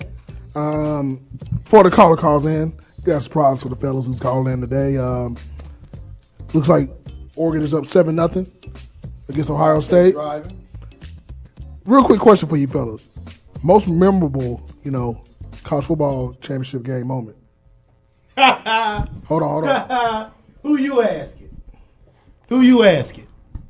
I was. Don't you got it? Most memorable college football moments. No interference on Chris Gamble. What else is there to say? What else is this? My Hurricanes, my great Hurricanes, were on their way to a 36-game winning streak. Okay? 2 national titles back-to-back consecutively. Get into overtime. Look, Ohio State was bringing it, okay? This is it. I'm not denying that. But Ohio State was bringing it, okay? And Glenn Sharp defending Chris Gamble in the back of the end zone. Craig Krenzel makes the pass. Wasn't interference. To me, that's the most memorable moment. Most of my memorable college football championship moments involve my Hurricanes. The Penn State linebacker intercepting Testaverde in '87 as Joe Paterno upsets Jimmy Johnson. So I think that game alone, just because of Willis McGahee, what happened to him in that game, just a gruesome injury. But I also think the most memorable moment for me was I think Vince Young. Just remember that whole possession. Everything was good, so that's a memorable one for me. Man, it's been so many things that happened in college championship, but I definitely think the Texas Longhorn versus USC game, because Texas was a big underdog. Nobody, they had Reggie Bush. He's supposed to be the top guy. Matt Leinart was the top guy. You had Mike Williams. You had, was it Ray Maluga was on the scene? Yeah, Maluga. What's the big safety at the time? Taylor Mays. You had everybody in the world on this team. They had no chance. Lindell White, by the way, another guy. I thought when you put the Patron up, you're supposed to stay in shape and stay. I finally saw Lindell White. In a couple of Twitter announcements on that one. Seawick, one of the good homies, Seawick B. Follow him on Twitter. C as in the letter C, Wick and B. He said the Boise State. He said the hook and ladder. That was a memorable play. I think that was one too. That you know why? Because the light skin went and got the white woman at the end of the show. Proposed to her, walked out with a white wife in an upset of the Oklahoma Sooners. We call that a tie double special. Yeah, I think that was a good play. But hey, Tom, the question we're asking: do you remember any national championship? What was your most memorable national championship game moment, or just game in general that you remember? Oh man, I remember y'all talking about the Texas USC. I remember that because there's no way I thought Texas was gonna win that game. But I think for me, most memorable was it? It wasn't. No, I was gonna say one of the Michigans, but back then it wasn't really like one game that you had to wait to see if you actually was a national champion. The most hurtful game, and it wasn't national championship. It was Michigan versus Texas. All right. When they killed us in the Rose Bowl, but again, that wasn't national championship game. Okay, word up. I think another listener touchdown Ohio State, Ezekiel Smith. Again, south of the Mason-Dixon line, boys and girls. Let that be a message for you too, Harbaugh. Okay, come down south and get you some speed. Okay. Another memorable moment was from ALF. I guess it's gonna be Alf. SC13. He said Lawrence Phillips going ham on Florida. I remember the Tommy Frazier run, the repeated tapping of the X button as Florida Gator defenders just fall by his side. Yeah, there's been some crazy moments. You got one, B-Mo? Not really. You pretty much took the one I was going to talk about, Texas USC 2006. As, like you said, both teams was average, like the win streak that they had in average points, they were averaging over 40 points a game. I think USC won like 23, 24 games in a row. Texas won like 13 or 14 or something like that. And, of course, I heard that when Vince Young did not win the Heisman Trophy and it was given to Reggie Bush. You got Bush and Leinart as finalists anyway. You got, Vince Young in the middle right there as a finalist. Matt Brown said he was very disappointed. So he said he took that to the heart and The last drive that the Longhorns had, and Vince Young pretty much willed his way to them to win for Texas. That's really the most memorable college football moment that I have. I'm not a real huge college football fan. I'm getting there. I still don't have a favorite team yet. Of course, people are like, well, you stay in Texas, you need to root for Texas College now. I didn't know it was rules abide by that since I stay in Texas or stay in Dallas, I got to root for the college football teams that's here or in the state. No, I don't. I'll find one when I get to one. Dave showed me, about Bama. I've been watching Oregon this season, Ohio State this season, simply because Urban Meyer, it's his first year there, and he had to deal with, backup quarterbacks and still made it to the title game. And it's been a few teams that I have watched this season. Of course, everybody's Texas Longhorns oriented here, so I got to deal with that. SMU season this season, oh my goodness.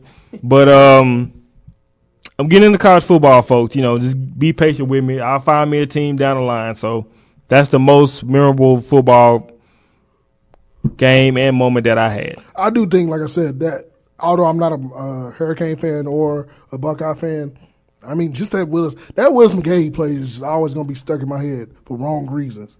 I just remember, hearing about how great Miami was, it was just the team was so great. Was it Frank? Was Frank Gore on this team as a backup? It was McGahee. It was post Frank Gore. It was McGahee. Portis.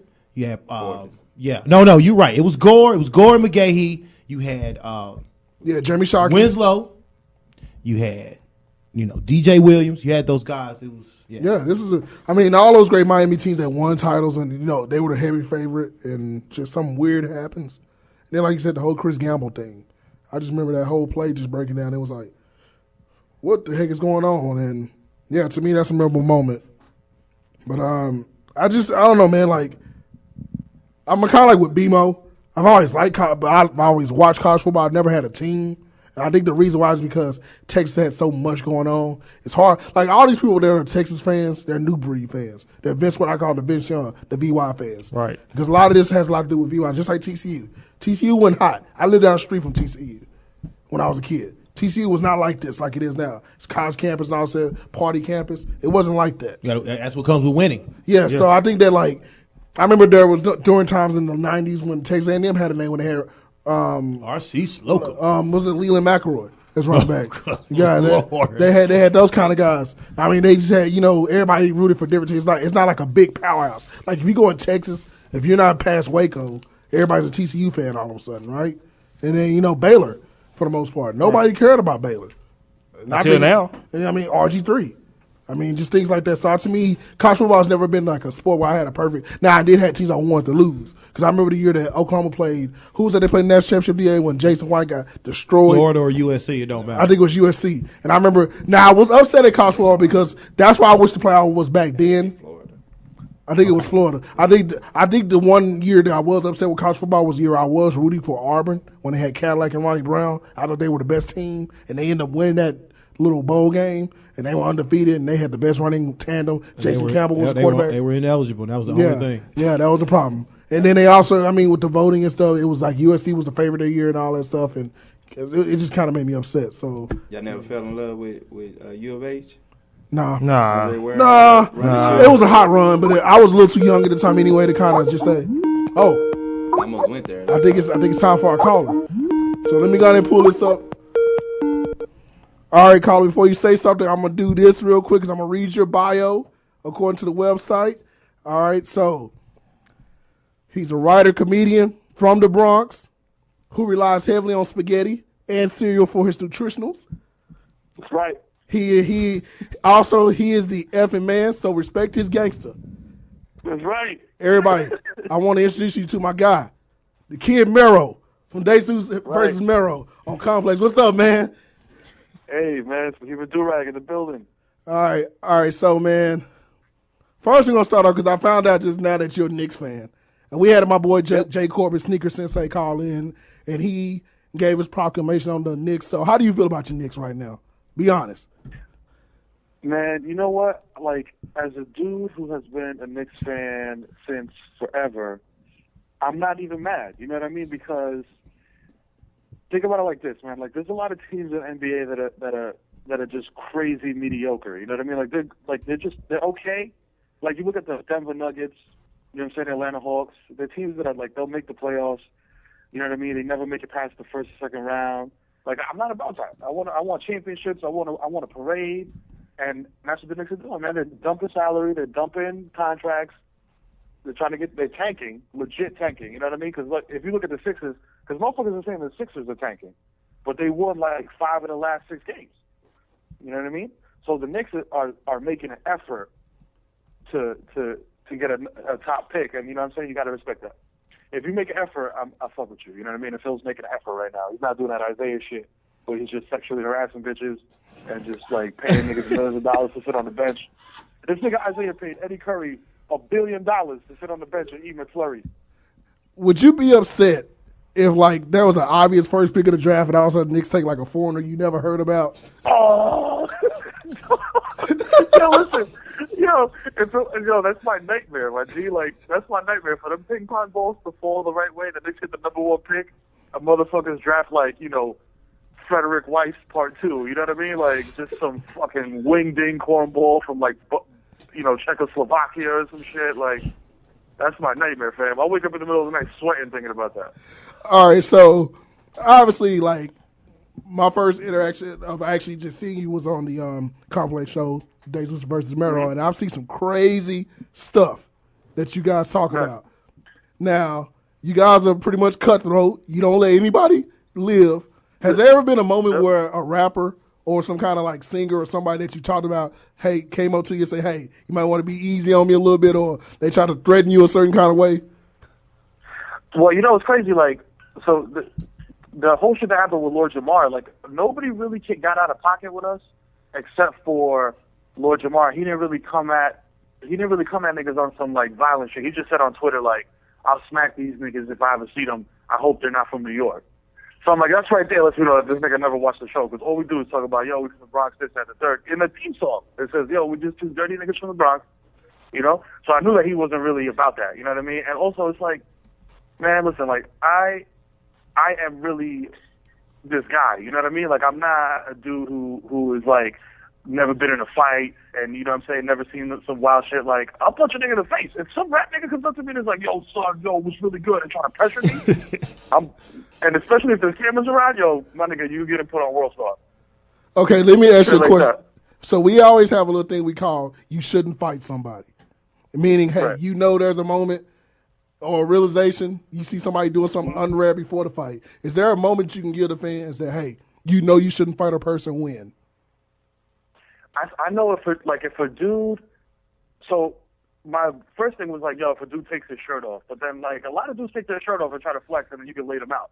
But like if a dude starts doing crazy shit like, pulling out his own hair or like, you know what I'm saying? Like cutting himself and like talking to himself, I'm like, maybe I shouldn't fuck with this guy. You know what I'm saying?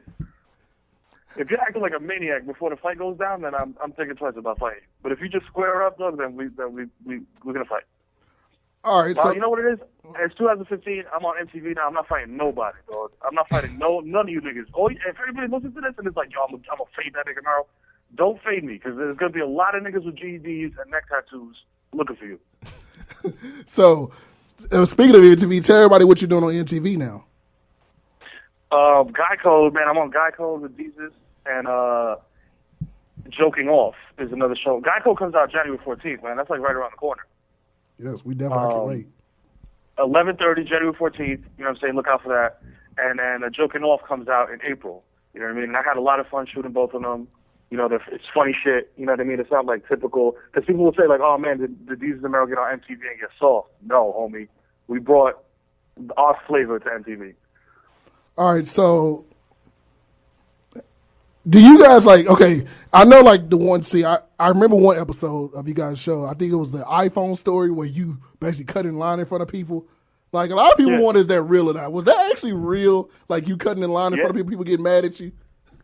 Yo, it's crazy because, with all the shit that's going on with the Mike Brown situation and the Eric Garner situation and the police acting crazy, you know what I mean? Like, it bugged me out that all these dudes were getting overtime and shit to be security at an Apple store. I'm like, nigga, this real shit happening. And all you niggas is out here at the Apple store. So I went out there and I was just like, man, you know what? Fuck this. I cut in line, which I found out there's nothing really like illegal about that. Like a cop can't arrest you for cutting a nigga in line at the Apple store. So all you niggas listening right now that want to get a new iPhone, when the new iPad come out or the new iPhone come out, just cut in line, nigga, because they can't really do shit to you. So I did it, and white people are crazy, man. You know what I'm saying? That's my motto in life. White people are crazy. And they bugged out because I jumped in front of the one dude, and the fucked up shit was like, yo, we're shooting this, and a lot of, like, early on, a lot of stuff got cut. So, like, I went to, I jumped the line at Shake Shack, I jumped the line at, like, some restaurants and shit like that, and nobody really cared. You know what I mean? Like, people were being like, hey, go ahead, yeah, go right ahead, sir. No, that's no problem. Yeah, that's fine. Yeah, well, okay. But then when I did it at the Apple store, niggas got in their feelings, my nigga, for real. Like, the dude, the last guy that called me Coke Boy, he's like, get out of here, Coke Boy. That dude, yo, your man was on the verge of having a nervous breakdown because I jumped in front of him, and he was like, you know when somebody kind of puts you in a position where it's like, all right, like, this dude's trying to play me, I might have to fight this guy? Like, this dude, like, I feel like he had that flash in his head, like, oh, shit, like, what am I going to do? This dude's, like, 2 feet taller than me. He's got, like, 100 pounds on me. And he was just sitting there shook, man. He didn't know what to do. So then he's calling, you know, the security and police and shit. And when he called the police, I was like, nah, my nigga. I was like, we ain't got to do all that. I was like, you ain't got to call the police. So I backed up, and I was like, yo, look, there's a camera right over there. As soon as I told him it was a prank, your man was just like, oh, shit. Like, he almost didn't sign the release because he was like, damn, this shit is not embarrassing. He realized what a cornball he was being. You know what I'm saying? Like, so you really, like, for a spot in the line, your man was like, no, this is not a game. You know what I mean? And he was ready to call police and fucking press charges. What the fuck are you going to charge me with, nigga? Skipping you a line? That's a charge? I don't know. Is that a felony? Now, would you do that if some Jordans come out? Hell no, nigga.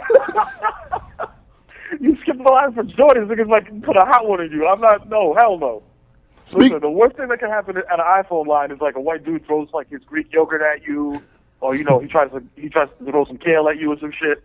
You skip the line for Jordans, and niggas might hit you with a fucking. You might catch a slug. All right, speaking of like Jordan stuff, I noticed that you do wear a lot of Jordan. Are you like a sneaker guy by any chance? I mean, like, I'm from the Bronx, man, so I'm like a Timberland guy. But I do have, and it's crazy because, like I said, I grew up a Knicks fan, so I never liked Michael Jordan. Like, I never liked Jordans. Like, I like the way they look, but just like that pettiness, you know what I'm saying? And like my inner pettiness and my Knicks fandom would not allow me to go in a store and drop $150 on a shoe endorsed by a nigga that I hate. You know what I'm saying? Because I hated Michael Jordan growing up. And that's the crazy shit. Like, niggas, yo, how could you hate Jordan? He's the GOAT, man. He's the best of all time. I'm like, no, fuck that nigga. That nigga ruined my childhood. So I'm like, I ain't wearing no Jordan. So, like, all the other athletes that had, like, signature shoes, like, those are my shit. Like, Bo Jackson, the Air Trainers was my shit. You know what I'm saying? The Griffies, the Zoom Turf, the Barry Sanders joints. Like, I love those. You know what I mean? So basically anything other than Jordans. You know what I'm saying? There's a couple of Jordans that I like. You know what I mean? Like, I like the 7s. I like the 14s. I like the 4s. But I'm not like a Jordan head. You know what I mean? Like, I'm more into other Nikes. You know what I'm saying? Hey, what's up, man? This is BMO. I had a few questions to ask you. I know, like, the hatred for Jordan is, like, very, very high. And I just want to ask you, every time that you see, like, a Jordan commercial, especially when, like, he have, like, on the baggy suits, the baggy jeans, and grass blowing in the background on the wind, and he just getting all these people on Jordan brand. Like, did that, like, every time you seen him play in the Garden, did that just add fuel to the fire even more? Man, yo, listen, watching him play as a kid burned me up. You know what I'm saying? Because, like, yo, I'm a hater, but I'll acknowledge a nigga being good. You know what I'm saying? Like, he was good. Nigga was nice. You know what I'm saying? Like, what am I going to say? He was nice. You know what I'm saying? So that shit burned me up. So then now, watching him lose, you know what I'm saying, and be out there in acid wash, Jinko dungarees, you know what I'm saying? Like, I'm like, word, you look like a fucking cornball. You know what I'm saying? I was hoping Juanito would take that nigga for all he got. You know what I'm saying? But at the end of the day, I got to give the nigga some type of props. But, man, I can't stand that dude, man. And, like, all this, like, one of the best basketball players ever, but as a GM and an owner, your man's the worst. So, like, I'm getting my revenge now, watching him be old and washed up, trying to run a team and shit, and being trash. All right, give me your give me your top 5 Knicks players of all time. All time, man. If I'm talking like general consensus, man, I got to put Patrick Ewing number 1. You know what I'm saying? But to me, like in my heart, man, like John Starks is my number 1 favorite Knick of all time, man, because the dude, he didn't have crazy skills, but he just had mad heart, and that nigga put it all on the court, man. And any motherfucker that stands in an arena in the National Basketball Association and gives the crowd the middle finger, that's my dude for life. You know what I'm saying? So John Starks is number 1, Patrick Ewing number 2. You know what I'm saying? Walt Frazier is number 3. Even though I didn't get to see the nigga play because I was very young. You know what I mean? Like I wasn't even born when the nigga was playing. To be honest, you know what I'm saying? Because I was born in '83, so I didn't get to see him play. But you know what I'm saying? Like my uncles and like the older heads of my family that watched him play and like watching old game footage. And then the dude, he's the announcer now for the Knicks on MSG. So, you know what I'm saying? That he's just, his swag is like off the charts. Like this nigga will come through with like a cheetah print velvet suit to the game. You know what I'm saying? Like with some fucking, looking like he just stepped out of 1972 and shit. Like, it's like that nigga won a championship and just froze in time. Like, I'm keeping his clothes. I'm keeping his whip. Like, that nigga probably got bitches from 1971 and shit on deck. So, you know what I'm saying? He's definitely number 3 for me. You know what I'm saying? Number 4 is Spreewell. You know what I'm saying? Even though he's not like a Knick, like a lifelong Knick, that's still, you know what I'm saying? Like, that's still my dude. Because he was like the prototype of like, you know what I'm saying? Like a dude like JR. You know what I'm saying? Where he's just like, man, he don't give a fuck. Like he's a hood dude, and he's gonna let you know he's hood. Like he don't care. You know what I'm saying? Like this nigga invented spinning ribs. How more hood can you get? You know what I'm saying? Like this nigga invented spinning ribs. So he's number 4, and number 5. I'm gonna put Chris Dudley at number 5. Let me tell you why. Wow. Because Chris Dudley. Please explain this. Because Chris Dudley is responsible for the most caucasity I ever seen on a basketball court, man. Because I know y'all, if y'all watch ball or whatever, and you know how they come out with like the top, 50 dunks or the top whatever. Right. I don't know if y'all remember. I think it was on Fox Sports or some shit like that. They had the top, or I don't know if it was Sports Nation. It was like the top 50 most embarrassing dunks of all time. Wait a minute, are you talking about when Shaq dunked on him and pushed him out the way? Yes. No. Yo, that shit was wild, disrespectful, though. Like, Shaq dunked on this nigga, teabagged him, shoved him out the way, and then turned around and started trying on the court. And Chris Dudley, my man, the whitest nigga in the game, nigga picked up the ball, threw it at him, and was like, "Fuck you, dude." You wanted Chris Dudley for retaliation from a dunk? Yo, son, it was so funny. It was so embarrassing. I felt so bad for him, man. And I'm like, yo, if at any point I could give Chris Dudley pity props, I'm gonna do it. And that was that time. So I'm putting him as the number 5 top Knicks of all time, just out of pity for the nigga. You know what I'm saying? Because I felt so bad for him. All right. Before we get out here, 2 things. And this is a question that we have to go through in the studio. Is there an issue between the light skin versus dark skin coalition? Because I get asked this a lot. Because I feel like sometimes there's some racial barriers between our own kind. Is there an issue with that? Maybe you confirm this with me? Man, listen, me and Jesus is a perfect example, man. Like, Ebony and Ivory, nigga living in perfect harmony. You know what I'm saying? Like, I'm light skinned, he's dark skinned, and we get along great. You know what I'm saying? Like, it's crazy because, like, Twitter and, like, Black Twitter, you know what I'm saying? And it's like, niggas create these things that ain't necessarily true. You know what I'm saying? Because, like, a lot of, like, they talk about, like, dark-skinned niggas being grimy, you know what I'm saying? And light-skinned niggas being sensitive, you know what I'm saying? And shit like that. But, like, I've seen a lot of dudes, man, I've seen light-skinned dudes with, like, STDs run through bitches raw. You know what I'm saying? Like, that's not sensitive, nigga. Like, you giving bitches gonorrhea, that's not sensitive, nigga. That's wild grimy. And then I see dark-skinned niggas. Look at Seal, my nigga. This nigga, your man Seal face looks like the fucking the crosswalk expressway, my nigga, full of mad potholes, and he's wild sensitive, and he's married a white bitch. You know what I'm saying? So that shit is kind of out of whack. You know what I'm saying? You can't make generalizations, my nigga. You know what I'm saying? For my people, you know what I'm saying? For 2015, let's stop making generalizations, and let's let niggas cook on their own merit. You know what I'm saying? Like, if a nigga's a grimy nigga, like, be like, yo, that nigga's grimy. Not like he's a dark-skinned grimy nigga. He's just a grimy nigga. You know what I'm saying? So let niggas show you who they are before you tell them who they are. You know what I mean? Oh, man. All right, before we get out of here, I want you to plug your show, plug your website, everything that you got going right now. Oh, yeah. So you already know, you know what I'm saying, MTV2, we here. You know what I'm saying? Guy Code is January 14th at 11:30 p.m. Eastern Time. You know what I'm saying? Check that out. Me and Jesus on that heavy. I got a show, you know what I'm saying, I've been working on for a minute about public schools with my man Ezra from Vampire Weekend and this dude Jeff Blitz, who's crazy talented, you know what I'm saying, and that shit should be dropping like soon, man. Like we're working with, you know, ironing out the kinks and shit. Because once niggas get into Hollywood, then you're talking about contracts and agents and shit. So that type of shit is marinating, and hopefully that shit comes out soon. Man, I'm working on a book. Everything, man. I'm doing everything, man. And then the Twitter, you already know. The Twitter's @TheKidMero, Instagram @TheKidMero. Beats versus Mero right now is on hiatus, but we coming back, man. You know, that shit is too good to stop doing it. So we coming back in one way or another, you know what I'm saying? So everybody that's out there asking, like, yo, when y'all coming back, coming back, I'm going to tell you, like, the Jamaican dude in front of the bodega, soon come, me brethren. Soon come, my youth. Oh, my God. Big things are going. All right, Mero, man, I appreciate you calling in. I'm definitely going to get with you because we got to set this up again. What we're going to do is I'm going to tag everybody. We're going to tag all the show members. There's 3 of us. We're going to tag you. The other 2 are going to follow you right now. Definitely give us a follow back and everything. We'll hit you back up as soon as possible, especially when everything gets going. Because, man, this is good stuff for us, man. I appreciate you calling in. You already know, brother. All right, now, appreciate it.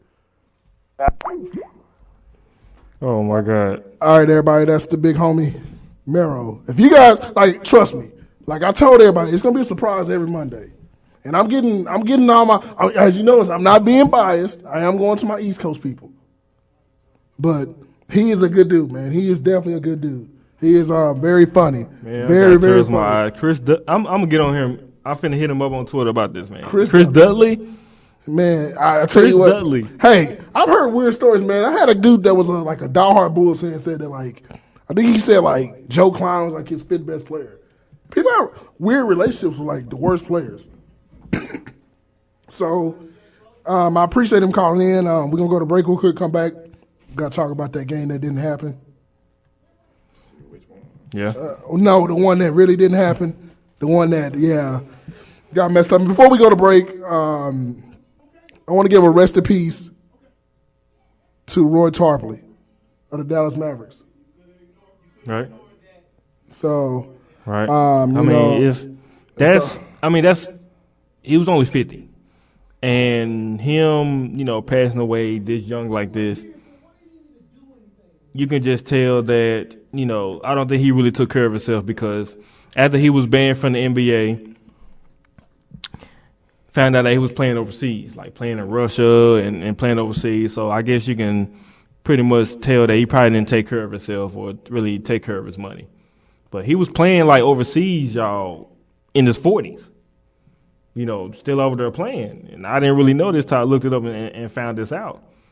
But averaged a double-double in his career. 6th man of the year.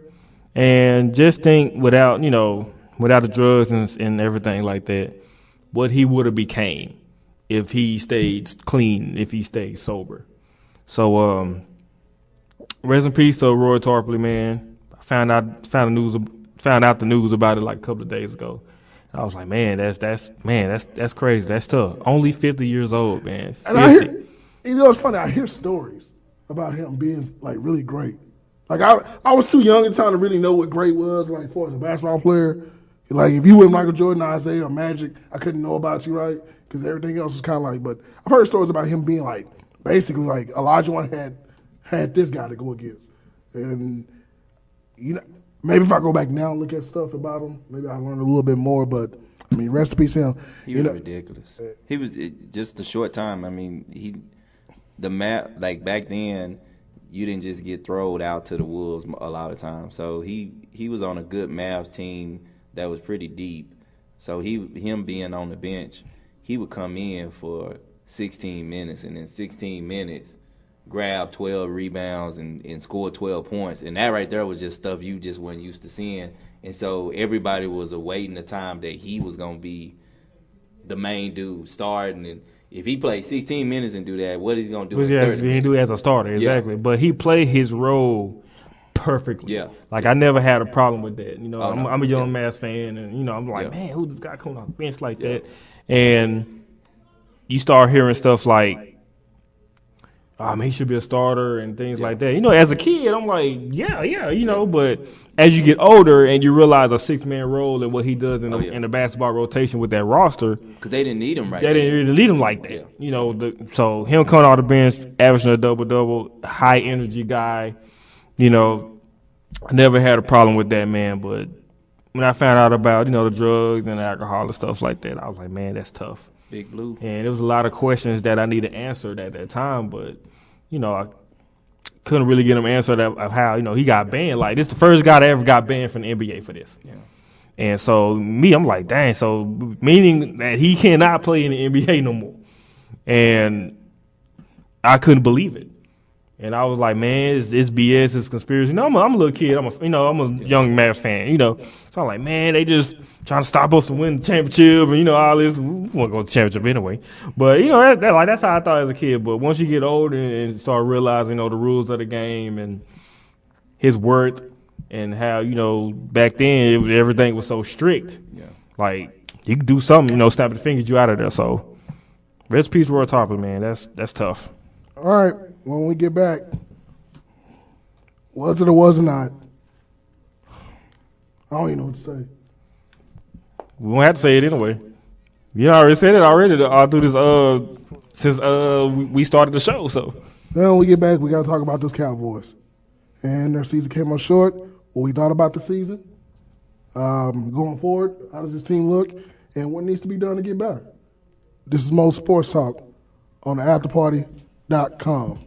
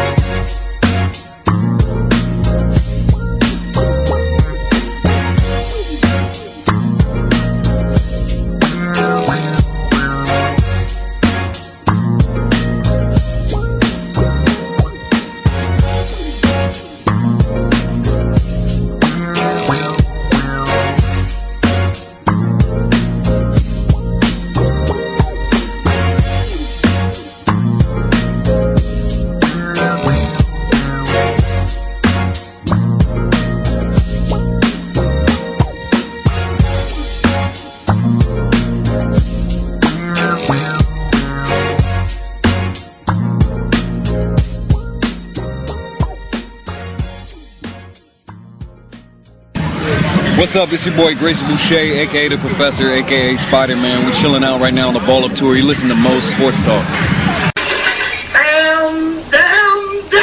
That's it.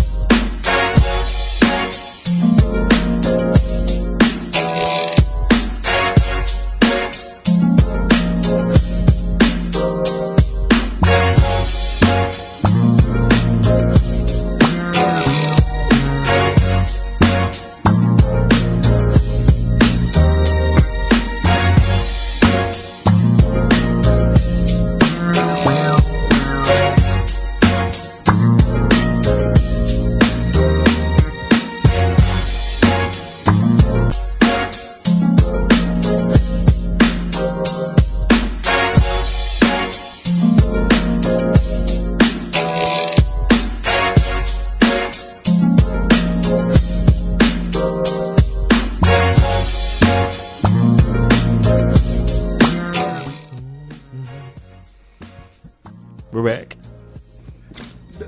And on that video.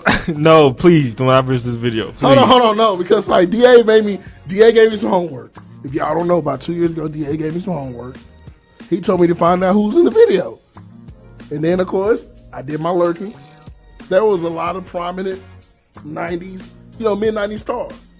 Like, yeah, Bill Bellamy. He was on top of his game. This is pre How to Be a Player Bill Bellamy, by the way. Who else is in the video? Chris Cross, Rashida from VH1. Young Rashida. And her man, what's his name?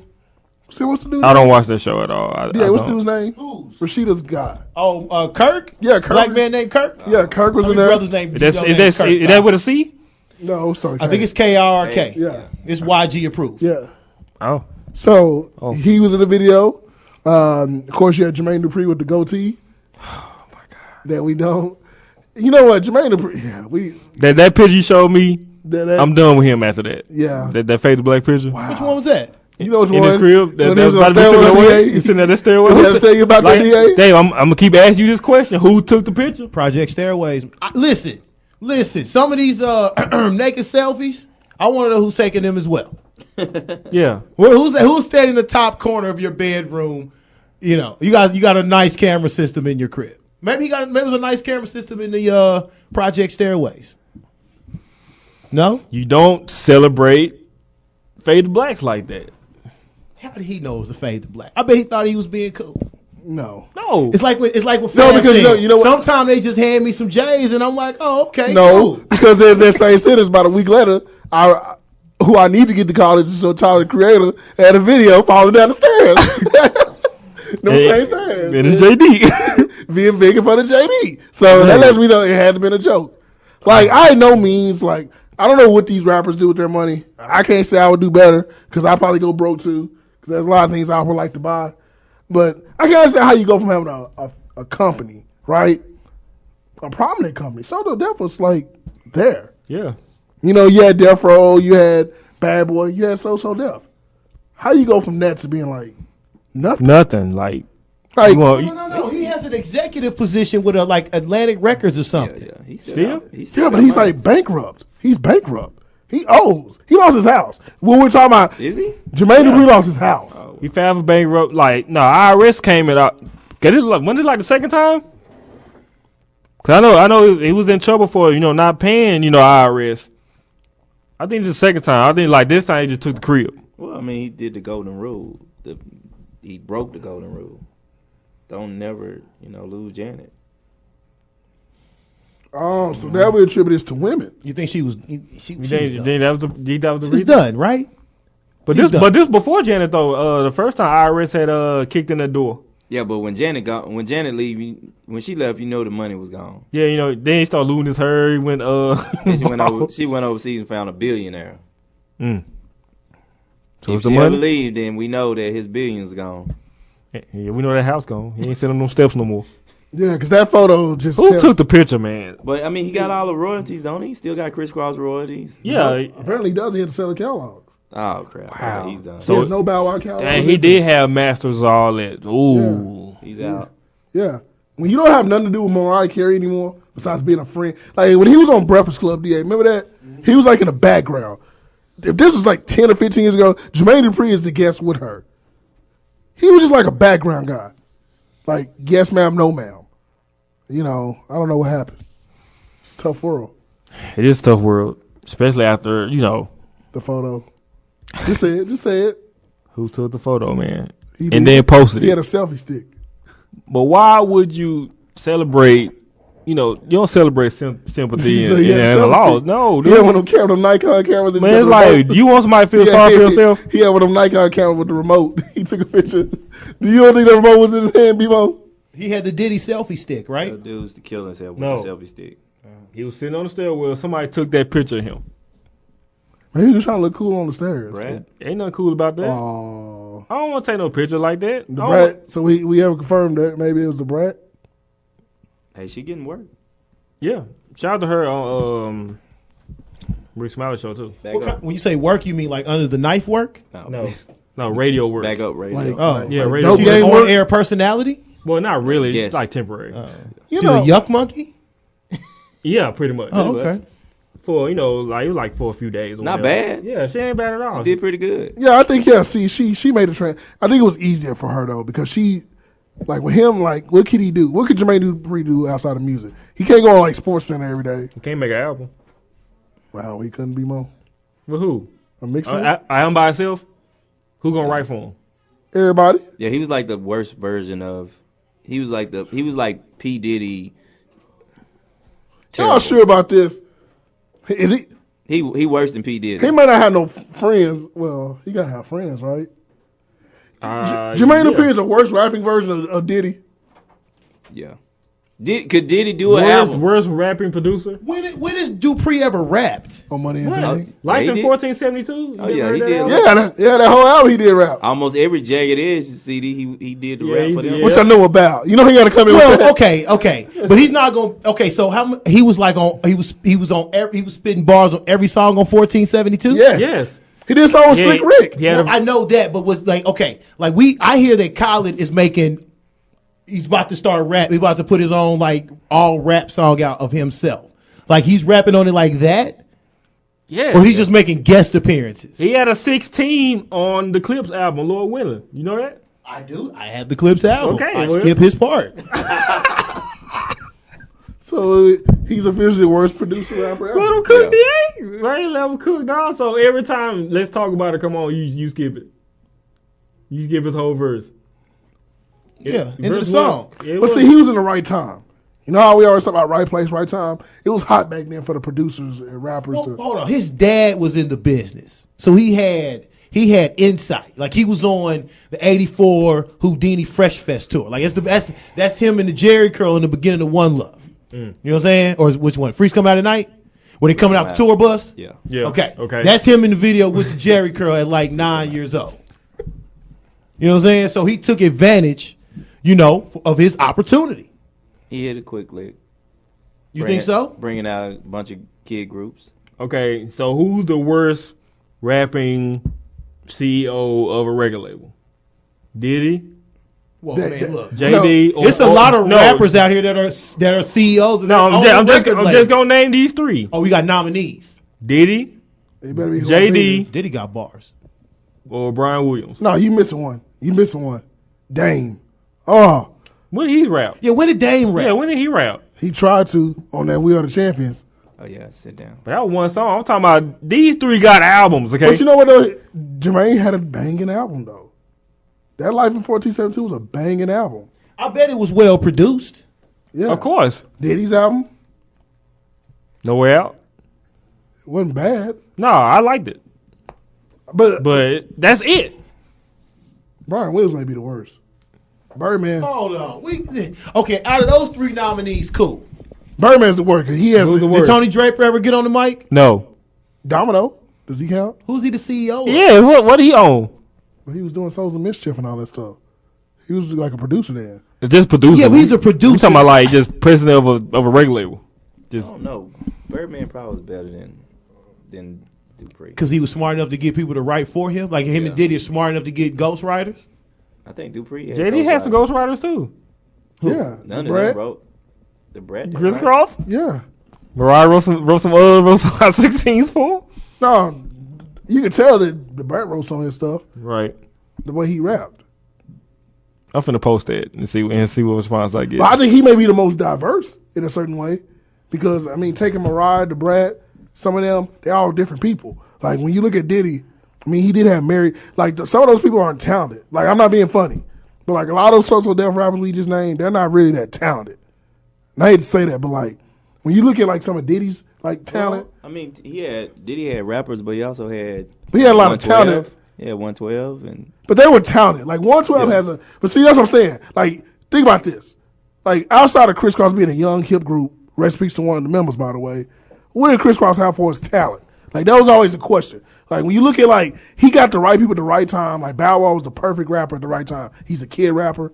Like, Bow Wow today could make a CD nobody's going to buy it. Yeah, I'm saying he did. That's why he gives them away for free now. Yeah. That's what I say. He had a lick with young kids because even Escape, look at them. Yeah. Like, nobody's saying, but, like, look at Diddy. He's at Mary J. We all knew Mary J could sing, right? Yeah. We all knew Biggie could rap. We all knew that Craig Mack could rap at a certain standpoint, right? I mean, there are certain things. Now, Loon. Please don't mention him. Because he's overseas. I don't know if he overseas. He might be in that start that next episode of Locked Up Abroad. Yeah, overseas. G-Dep mad right now. G-Dep somewhere. Because he was trying to get them packs over the. What is G-Dep doing right now? You don't do that? Nah. Jail. Yeah. He confessed to that murder. Yeah. Yeah. So he did do a special delivery. Like Rob's still in there too, ain't he? No, Black Rob's Rob's out. Oh, okay. Yeah, I think he put out an album 2 years ago, I think. Well, at least one of them is out. He's Good like, whoa. Lord. He's like, whoa. So, Loon ain't going nowhere, partner. Nah, B. Nowhere. Oh, you a darky Muslim? Yeah, he got caught overseas? Nah, B. He ain't going trying nowhere. to get rid of that pack? You kidding me? Mm-mm. What's wrong with you? Diddy kind of like, he has a right eye for talent. Like, he finds the talent. Like, Jermaine Dupri has made a lot of good talent. Like, don't get me wrong, Mariah, to me, Mariah's overhyped. And that's another day, another subject, right? But Mariah's overhyped for certain reasons. Maybe because of the way she looks, her appearance, but she is a very overhyped singer. I don't care. Nobody says. Everybody can argue with me. She is overhyped. Mariah Carey is overhyped. Yes, I said. Because you can't put her in the same realm. Maybe because of album sales, she's up there with Mary J and all them. But she has no voice. No, she's above Mary. What? On what? Album sales? Well, album sales, yeah. But I'm talking about, like, talent. Like Mariah Carey. Mary ain't no singer. Yeah, Mariah just more of I think she has a look. What is she? Mary. Who? Hold on. You said someone. Which one was not a singer? Mary is your. Mary's a what? She's your Jew joint singer. She's a Jew joint singer. Oh man, them your favorites. Yeah, she's a Juke joint. So you put it in with D'Angelo? Because D'Angelo, I consider him a Juke joint singer. Yeah, I don't know what he is right now. He's speaking in tongues in his songs. I still don't know what he's saying. What's wrong with D'Angelo, B-Mo? He literally recorded a live CD and he forgot to sing on it. Or he forgot to get up into the mic because he was somewhere in the back singing. The problem I have with D'Angelo is he knew his career was over when he got naked on that video. That was a sign of desperation. No. The ladies loved it. No. When he went deep inside Angie Stone and got bit by the Neo, it was a rap. Yeah, it was a rap. And got fat. So you said the Neo is trouble? Yeah, but that Neo, that listen, he did that voodoo. Yeah, that was done. And what about 3 Stacks? Same thing. Badu. Look at all of Erykah Badu's She is Eskimo the Black brothers. Widow. Common doing good for himself. No, he not. How? Yes, he is. He's in prominent movies. He's in the movies coming up. Yeah, but he went through that weirdo phase. Yeah, he too. did go through that too. He been like Common. He's still weirdo. He piggybacking off of people. Like Andre 3000 went through is definitely weird. All of them did. And all his Eskimo brothers. We still waiting on the album. Well, he can't even make the album. That's because Jay, man. You know what? We'll talk about that another day. Listen, he can't even make the album. DOC, same thing. Andre 3000, same thing. Common, same thing. Can't believe you called out Juke Lounge. Common just got out the deal because the Nobody Smiled is a Juke Lounge singer. Yes. So Mariah is basically what is Mariah? Mariah's singing. Yeah. She's terrible. She can sing. No, Mariah doesn't even go in top 5 all time. In this case, you got to be a diehard fan. If it's the album, I mean, I don't care. I don't want to hear her. Only time I liked Mariah was when she first came out. When she had that little girl from the block look, Yeah, curly she had hair. them leotards. Them onesies. But Mariah, you got Mobb Deep collabo, Gucci. Do you really go? Hold on. ODB. Bone Thugs. ODB. We really go to Mariah? Redman. Them were platinum. I'm talking about Mariah. Yeah, you talking about Mary? Who's got a more gutter? Barry's got what? She's got. She got Biggie. ODB. I mean, she got Method. We can pull this up Pull it up. Because I'm just saying, Mariah got a nice hip hop body count. She has Nas. To me, Nas, Mobb Deep, Old Dirty, and Gucci. Who killing that? Because she was from the block, man. They tried to make her to something she wouldn't. Okay, it still counts though. Let's take a break. And she had Eminem come out there. Take a break. Take a break. Pay these bills right quick. Oh, come on, Ty. It's not the way as he came after her. Okay. Cause you don't want to buy M&Ms out of the vending machine. All right. Shout out to Mary Poppins. Yeah. Shout out to Nick Cannon for never going to a vending machine in it. Yeah. Yeah, shout out to Casita for killing it with that bar on his own show. Just pay your bills. Go to vending machines because Eminem's in it. The best line ever. Besides Senator Clay Davis. How do you slow down on fast team? Golly, this is terrible. Speed don't like speed. Show don't. Just pay your bills. We shall return. Most Sports Talk.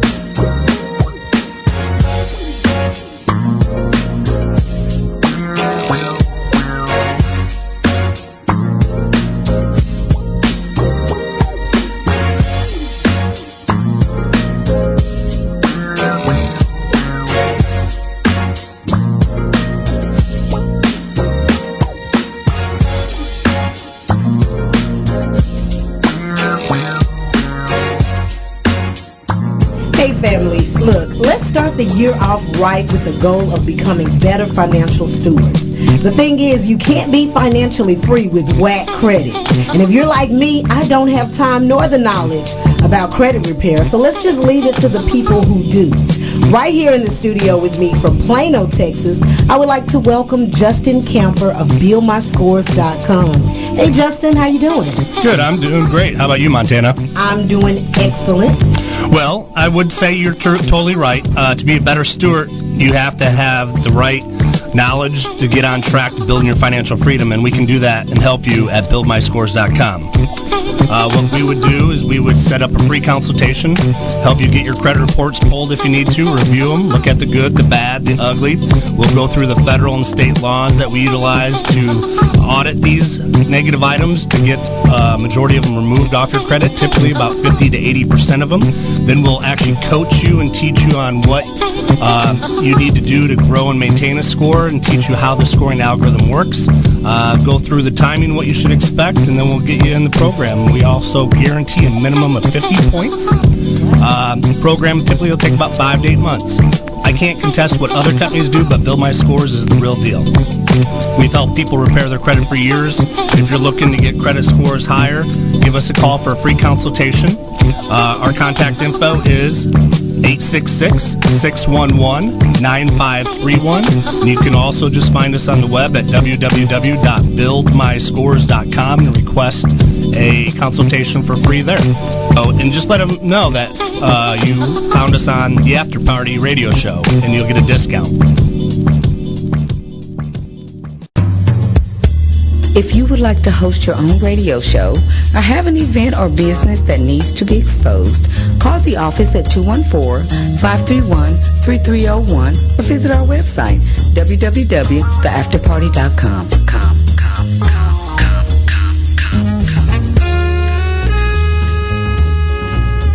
Hey, this your main man Chapo, and you can catch my new single Set It and Forget It on the After Party Radio. You can request it on the A or B side. Also follow me on Instagram at XXHAPO. Now tell that DJ to spin it for me, boy.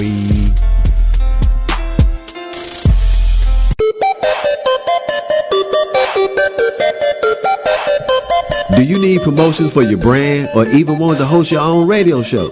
Come out to the After Party's open house, which takes place every second Wednesday from 5 p.m. to 8 p.m.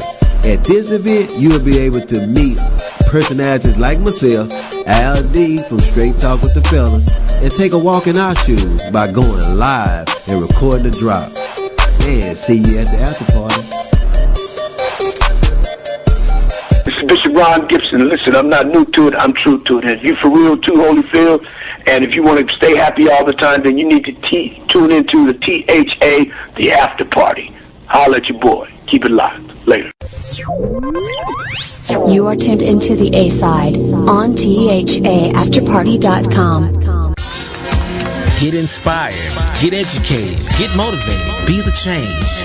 With Mr. Community, Antoine Wiley, with his new show, In the Community. Featuring the Community Spotlight, the Bulletin Board, the Hour of Power, and the Inspirational Moment. Tune in 10 a.m. to noon time, Tuesdays. On THAafterparty.com. Listeners, are you looking to hear the most outlandish, informative, hysterical, and intellectual sports analysis from week to week? Then you don't want to miss the Real Deal Sports Talk Show. Featuring sporting world's hottest topics in NFL analysis, Texas talk, fantasy talk, and team score pick'ems every Tuesday from 6 to 8 p.m. on the A-side. See you at the party.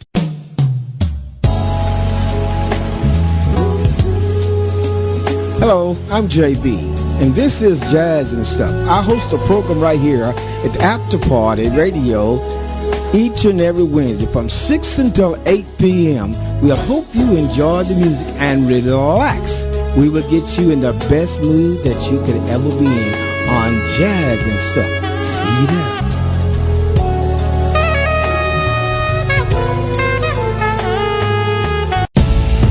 Well, hello, ladies. This is Shauna Calley, and I am so excited to invite you to the I'm a Woman on Fire every Friday from 8 to 10, theafterparty.com, and we are on the A-side. This girl is on fire. Are you positioning yourself to be the next top entrepreneur, CEO, or industry leader?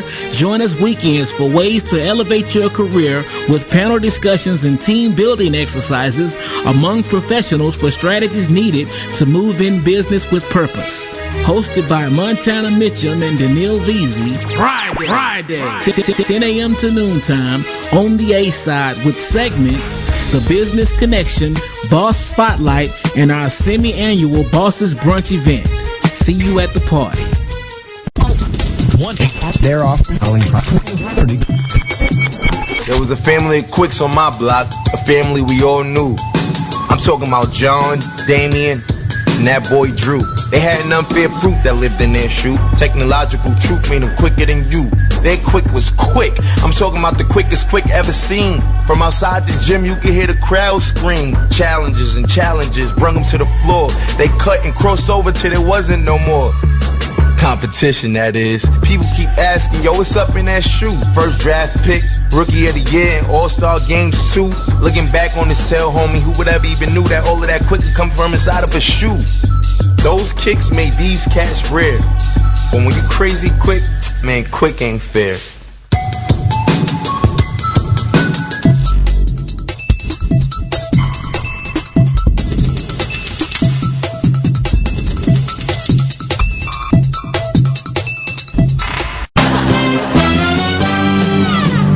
We're brothers, we're happy and we're singing and we're colored.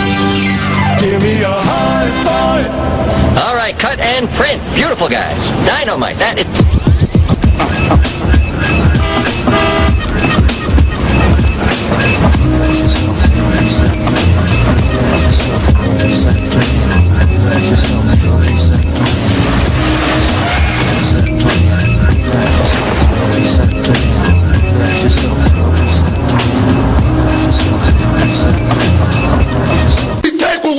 And after we take Lex Luger in the time, we want the gold, sucker. Hulk Hogan, we coming for you, nigga. I should point out for the record, Stevie Ray, look at this. Take a look. This is Jason Hatch. You tune in to Mo Sports Talk. Down. That's it.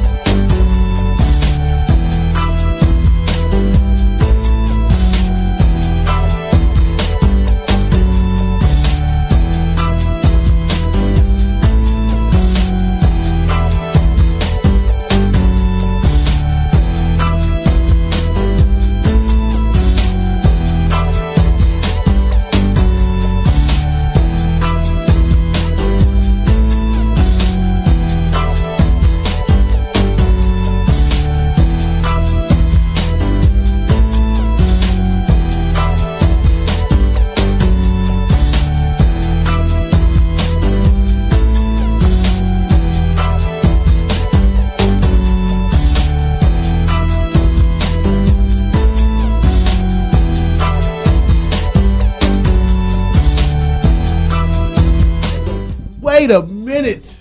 It is brick out here, son. Okay? I can come back and shoot some commercials. Can I just, Yo, if this don't work out, we gonna go and get back together. And as do a it right mysterious, this as a time. mysterious thing, how does he Do it go bigger back to this Miami time. and also have a hairline? That's not Beijing. I don't care. Just get hair plugs. Why not? We already talked about this. No lace fronts. Look, the DA half hour will contain basketball talk, mainly these Cavaliers and Mr. Kyrie and LeBron. Okay? And I want to nominate an early MVP the 2015 year. Okay. And that are sideline microphones. I don't know who did something to ratchet up the audio, but my God, I think it started around the holiday season where just the mics have been picking up everything. So somebody was lurking. Okay, we're hearing all the signals now. I heard all, I heard everything this past weekend. Okay, and if you still talking through the jersey, Bron and Wade, yeah, and you, yeah, please let's get to that. Get to 26-21 right now, though. Yeah, final score 26-21. Green Bay over the Dallas Cowboys. It was a good game. Besides, real quick update. What's up? 21-10, Ohio State in the first half. Oregon only has 10 points. Ohio State 2 turnovers, by the way. So they're trying to bust up my whole turnover, me and Jimmy Johnson's entire turnover theory. But 21-10, 48 seconds to go in the second quarter. Ohio State in the national championship game just up the highway in Ag Town, Arlington, Texas. Cool. All right. 8-0 on the road, 8-0 at the crib. Basically what we was dealing with here. The irresistible force versus the immovable object? Pretty much. You have 2 quarterbacks who were in MVP talks all this season. You have one quarterback with a slightly torn right calf. You have another quarterback with lurking and lingering back problems. This game was pretty much supposed to be ended up as a classic, or they want to compare it like the Ice Bowl and all this other stuff. Like, okay, let's just let Green Bay and Dallas play. Shout out to some of my radio station brethren on the after party, and I love you all, Cowboy fans. You should revel in the team success, but this wasn't Ice Bowl 2, man. It wasn't Ice Bowl. Was nowhere near Ice Bowl 2. Okay, all right. Yeah, because it's cold as crap in Green Bay. Because if it's Ice Bowl 2, they're not playing. They're not. Cool. Because they was in the negatives. Okay. 40. Yeah. So, but anyway, you couldn't ask for a better all-around team performance by Dallas in the first half. When you shut down the MVP quarterback of Aaron Rodgers to under 100 yards passing, besides Eddie Lacy running amok, you only get, I think, it was like 2 or 3 catches from Jordy Nelson.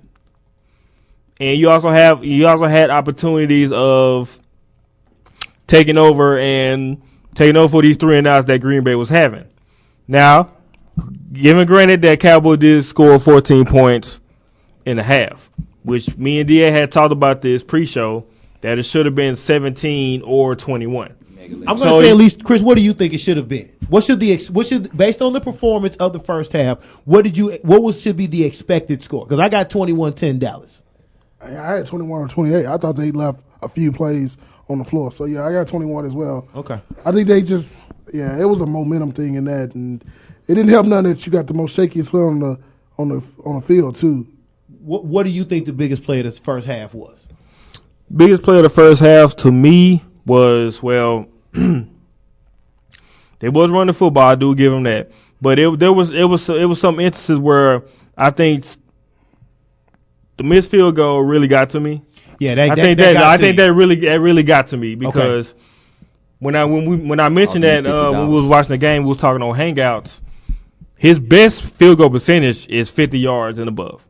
His lower percentage is under 40. So of course I'm thinking, okay, Bailey got this. Of course he did miss last week. So I'm thinking, okay, I think that field goal would have been a big momentum shift. Also to the point of you still had the opportunity to score touchdowns, and you got to take advantage of that. You cannot give Aaron Rodgers or this offense in general any kind of comeback factor or leeway in Green Bay. So you're going to have to score any kind of touchdowns, any kind of opportunity that you take. Maybe it was being a little bit too conservative or whatnot, but you got to take all these opportunities as they come because you've been aggressive on the road already during the season. Also during the Lions game, you've been aggressive. But when it came to the third quarter, after the half, that's when you seen Aaron Rodgers go to work. You seen pressure from the front seven, which I did give him props for pressure in the first half, but there was zero pressure on Aaron Rodgers. They protected him very well. And also me and they talked about this too, where you have a good tackling team gang tackling team, also known for, causing turnovers. They were second in the league by that, by the way, which I found out. You didn't really see that. When you have a team that's great with receivers, that's great with yards after the catch, they was getting yak, y'all. And every catch that was made, that's all you seen, yards after the catch. Everybody missing tackles. They wanted to hit, they didn't want to tackle, which I thought that was kind of weird to me because they never played like that. So you get DeMarco Murray again. This is another play. Even though it did happen in the third, you asked what was the biggest play in the first half.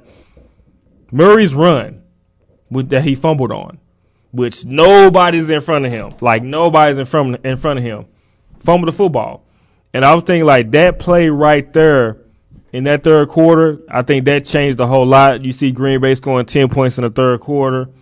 And you get an Aaron Rodgers who has maximum protection. Like they couldn't even get to him. Nobody touched him. Nobody can touch him.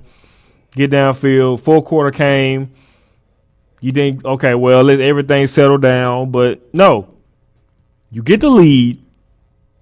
But it's all taken a while. Like you didn't score any points in the fourth quarter. And that really killed me as Green Bay only scored 2 field goals, but at the same time, they're still in it and they still took the lead. And once they took the lead, of course, we're going to get to the final drive of the game and go for it on 4th down, which I don't mind that at all. But this 4th and 2, like I thought it was a great play. I thought it was a great play. I mean, I didn't mind it because. Did you like the play call? I love the play call because I love the play call because Green Bay was bringing the house. And 9 times out of 10, you're going to get one-on-one coverage out there on a receiver. And so why not chunk it up there to Dez Bryant and let him make a play? And he made a play. Of course, everybody like, well, run the football with DeMarco Murray, get the first down. No, that would have been like the hardest 2 yards of his life around that time.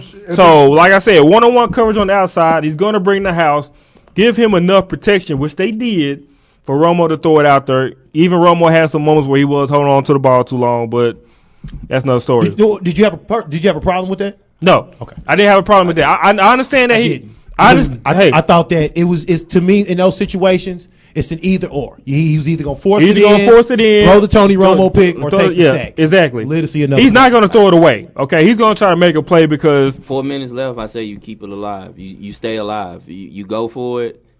You make it, great. You don't make it, it's over. The game over. Okay. So you get a 4th and 2. You see Dez. Flacco did the same thing. Grab the ball midair, come down with it, had possession in one arm with the football, took 3 steps, switched hands, was hit by contact, dove for the end zone. While he dove for the end zone, his arm was down, his elbow was down on the ground. 1st and goal at the 1, right? Yep. No. According to the refs, he did not make it. According to the refs, it's a catch. According to the refs, it's a complete catch. The ref that was there. The ref that was there said it was a complete catch. Yeah. He always do this. They always make the complete catch sign. Shout out to GoDaddy.com. Please check that commercial out. But said it was the rule is completed catch. But after the completed catch, he said he lost the football and it's an incomplete pass. Mike McCarthy challenges challenges it because it is a rule. So he challenged it, and he won a challenge. So, of course, after that, turnover on downs for Dallas. Dallas don't get another chance because I think it was 3 minutes left? Which that was a mistake. Yes. Guess what? Because they took off 30 extra seconds. That took off time. Because it took off time. It was considered a complete catch if he took the time. And the Cowboys had 2 opportunities to stop him on 3rd down. Nah, man. It was not happening. And it didn't happen. So after that last 3rd down completion by Randall Cobb, it was pretty much ball game. Cowboys lose 26-21. There was 3 moments those 3 moments in the game is that I had the missed field goal by Bailey, the fumble by DeMarco Murray, and the defense pretty much getting 0 pressure on Aaron Rodgers, which he was out there pretty much on one leg possibly. and just slicing and dicing that secondary like it was nothing. And 9 for 14 on third down efficiency. And to me, I think Aaron Rodgers won the MVP award simply by this performance. Let me ask you this: on the you said the kick was one of them. So he missed the first one. Was it 45 yards? Yeah. Then they got the penalty. So he kick over. Do you kick over? Or do you punt? He just missed 45. Now he's finna kick 50. Over. You kick over. My problem is this: two bad calls in this game changed the whole outlook of this game. Let's go before halftime when the Eagles got the field goal or whatever they did. Randall Cobb.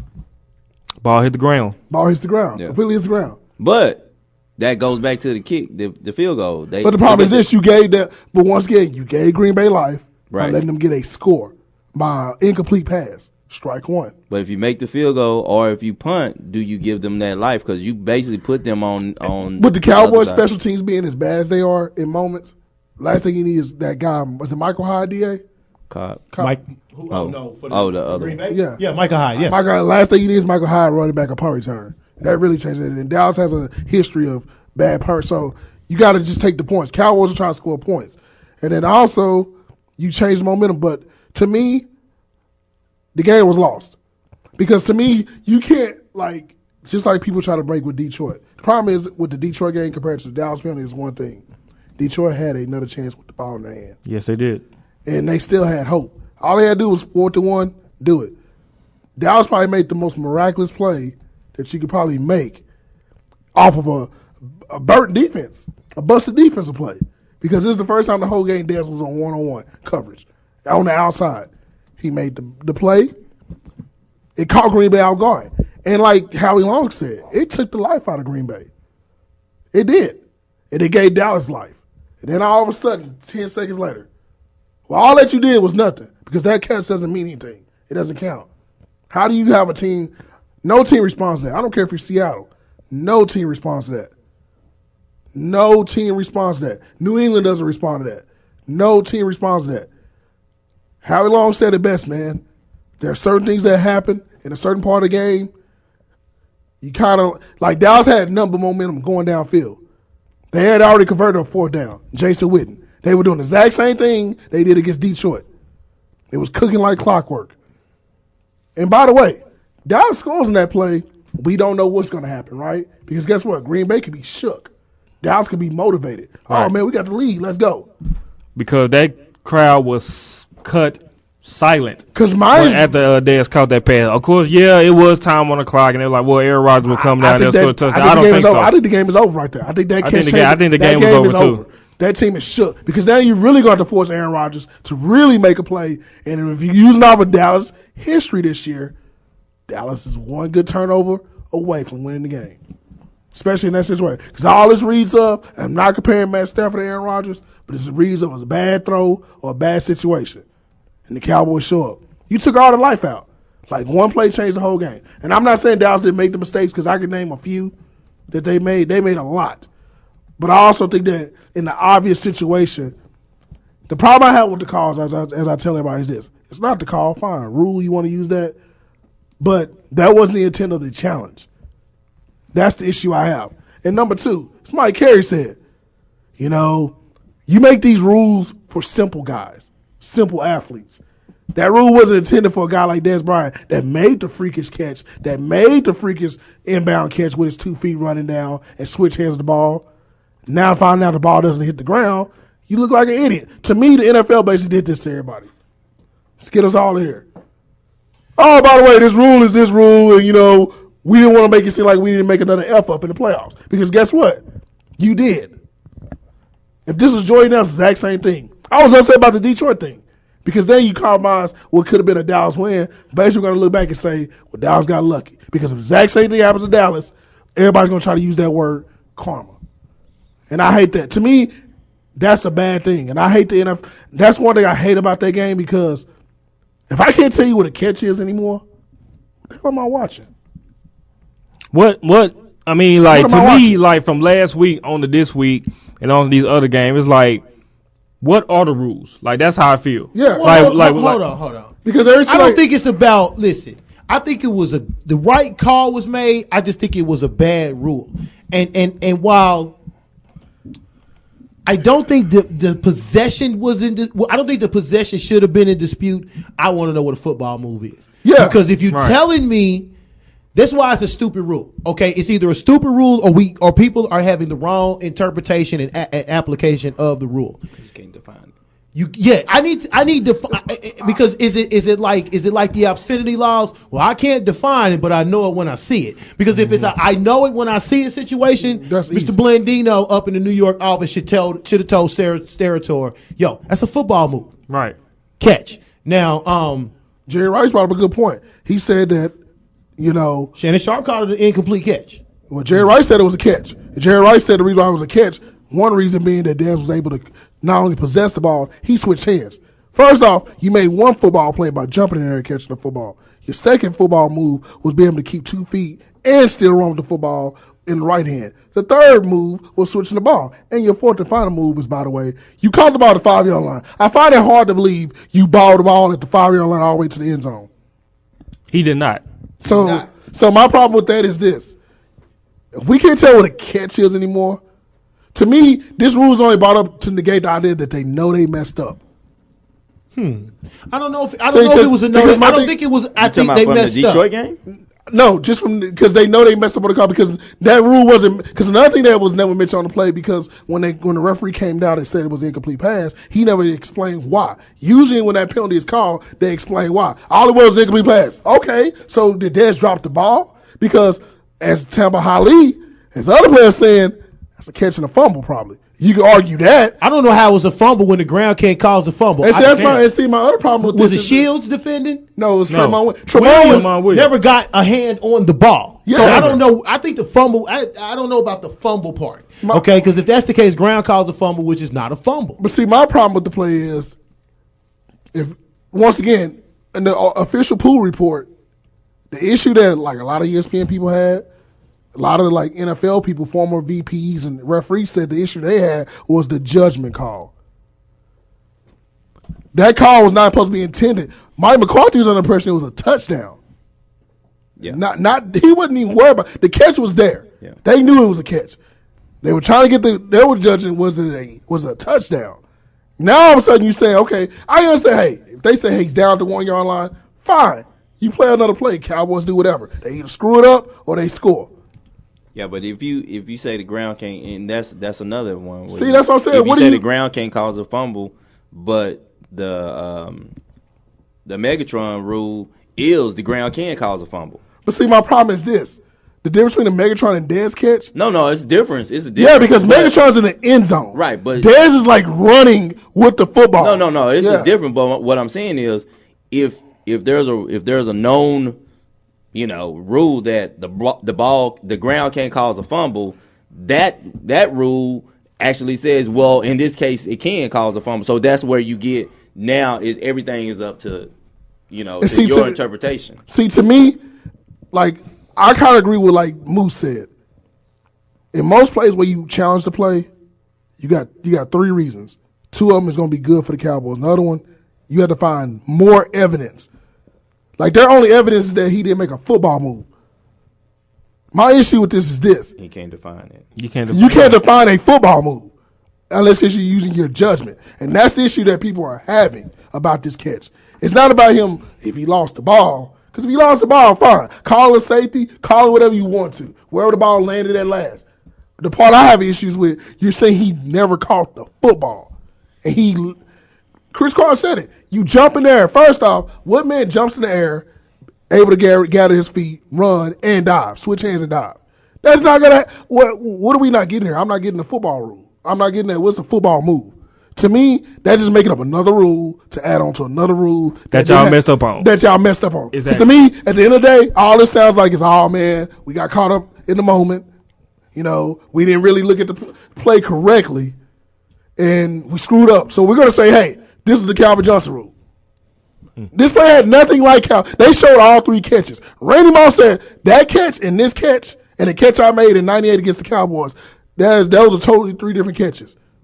Dez was nowhere near the end zone when he caught the ball. He's 5 yards away. How did he get from 5 yards to the end zone without not catching the ball? I do not know.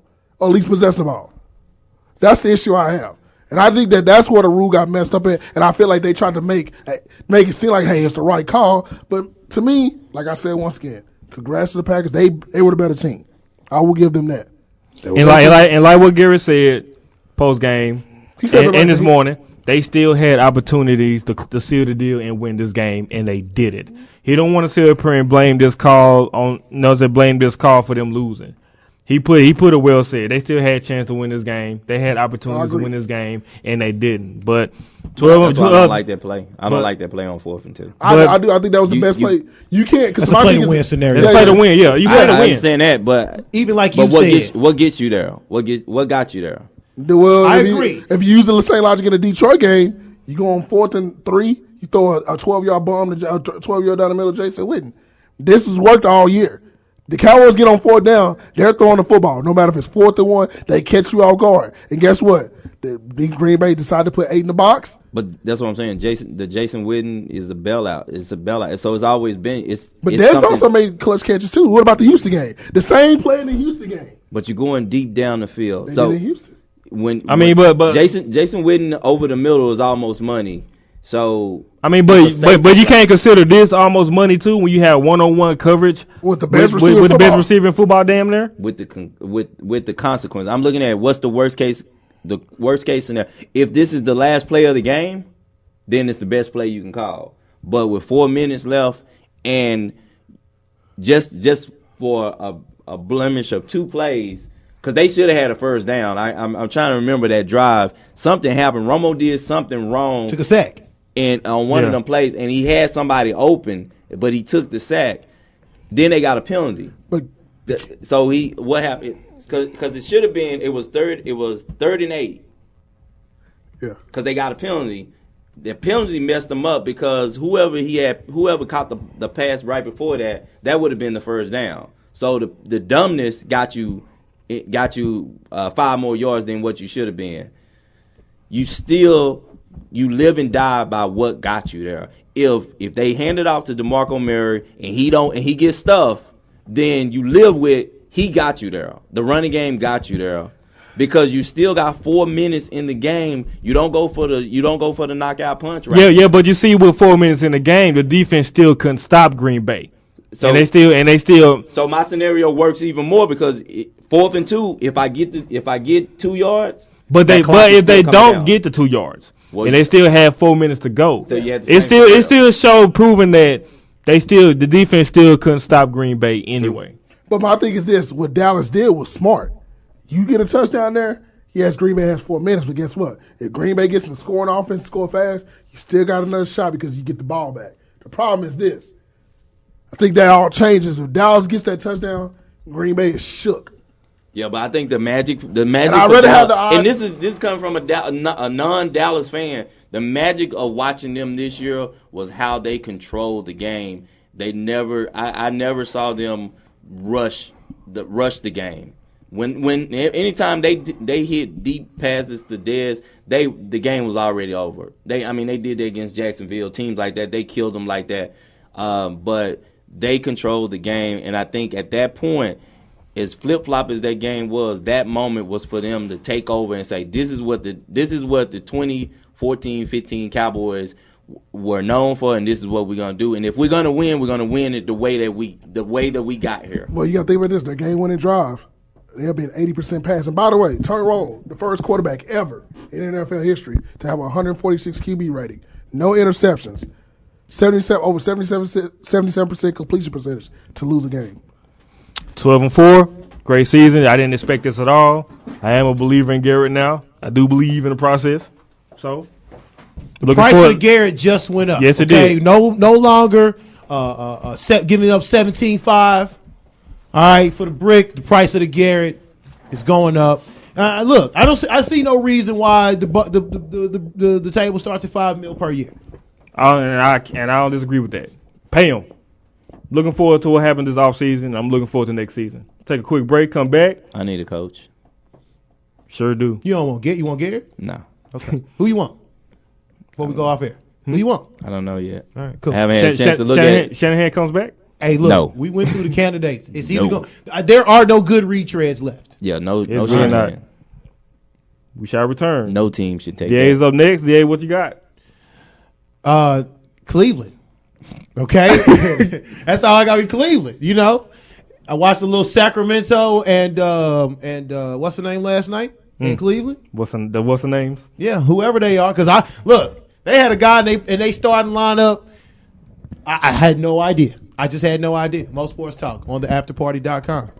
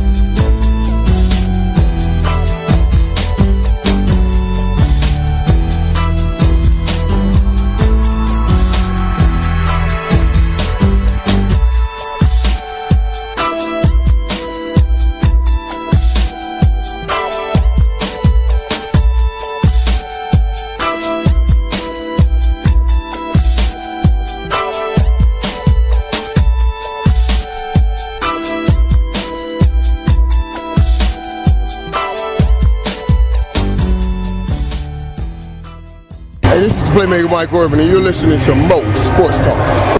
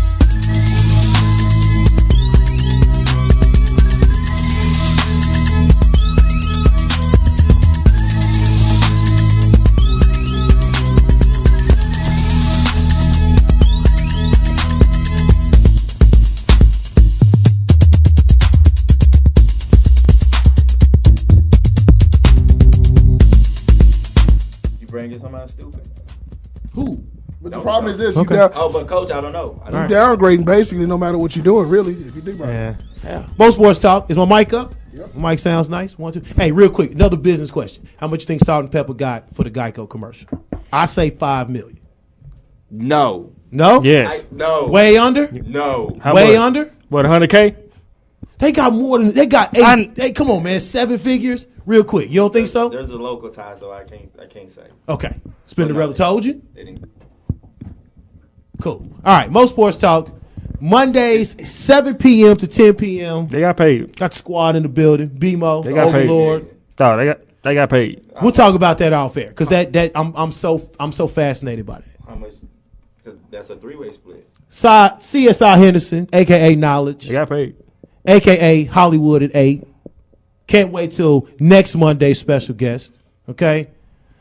Real quick, third quarter. National championship game, Ohio State up 21-10, preparing to take the opening kickoff. I just realized the first half took 2 hours, so I could get home by the fourth quarter. Fantastic. NBA news, lounging around last night. I think this is the second Sunday night, less football night. Okay. In the NFL season. So NBA TV providing the boys and girls with nice little treats. Last night's treat was Cavs at Sacramento. Sacramento won. Cavs falling. Like they do fall when you lose. 1-8 without Lebron James. He up to now 41,000 minutes, as they like to say. More minutes than Andre Miller. More minutes than Magic Johnson. Yes, Kendall. People can complain about their minutes. Okay. Mm-hmm. But I want to talk about this disaster that is the Cleveland Cavaliers. Are you showing Knicks stuff again? No, this is there was a fight. Oh, I saw that on the scroll. Okay, very good. But look, this Cleveland Cavaliers thing is an utter disaster. Okay. My question is, a team with Kyrie Irving and Kevin Love in their starting lineup, you can add BMO, Ty, and Chris, and they should at least go 500, and they should at least win 4 games out of 9. Okay, the 3 of us gonna be playing defense. Fine with me. Okay, cool. Okay, We still gonna be getting these W's. Okay, I'm coming in committing 6 fouls and sitting back down. I'm good for 6 fouls. Okay, look, I have intense conversations with my homeboy regarding Kyrie Irving, and he loves him, and I don't get it. Okay, we finally got Kendall to admit a year later Trent Richardson was bad. Okay, a healthy scratch yesterday. You say, oh no, you can go over there with Jakar Hamilton, homie. You just take the day off. Okay, I don't see it with Kyrie. Kendall will have to convince me somehow to see it with Kyrie. You know what I see with Kyrie? A nice NBA 2K mob player. Okay, like if it was just him only and the other 9 guys were just AIs. He would be a fantastic player. He does not get for a point guard, lead guard, whatever. He does not get them into offense. He doesn't facilitate the offense like I feel a point guard should. I don't see ball movement. You know what I see? A lot of dribbles. He does a little finger roll here and there. He's good for the occasional 30, 40-point night. Now, some of this has to fall in the hands of David Blatt, the coach, GM David Griffin. I think they were honestly put in a bind because they hired the coach and the GM before they rehired President LeBron James. So, that was kind of messed up. So you had to work around that. But again, a team with Kyrie Irving, Kevin Love, as 40% of your starting lineup, no excuse for those guys to lose 8 out of 9 games, okay? Now, LeBron is a game-time decision for tomorrow against the Suns. Suffering from old man injuries at that right time. When your knee and your back hurt, right? You just old, right? It's oldness. The end is nigh, okay? Cold weather, gotcha. Which brings me to the next point. The story came out last week that LeBron James chose to do a little rehab in the sunny shores of South Beach, Miami. Now, LeBron's not a stupid guy. I think we've been around LeBron. He's been in our consciousness for now 15 years. We don't think of him as one of these dumb jocks, one of these dumb athletes. He had to know that somebody's camera was going to be out.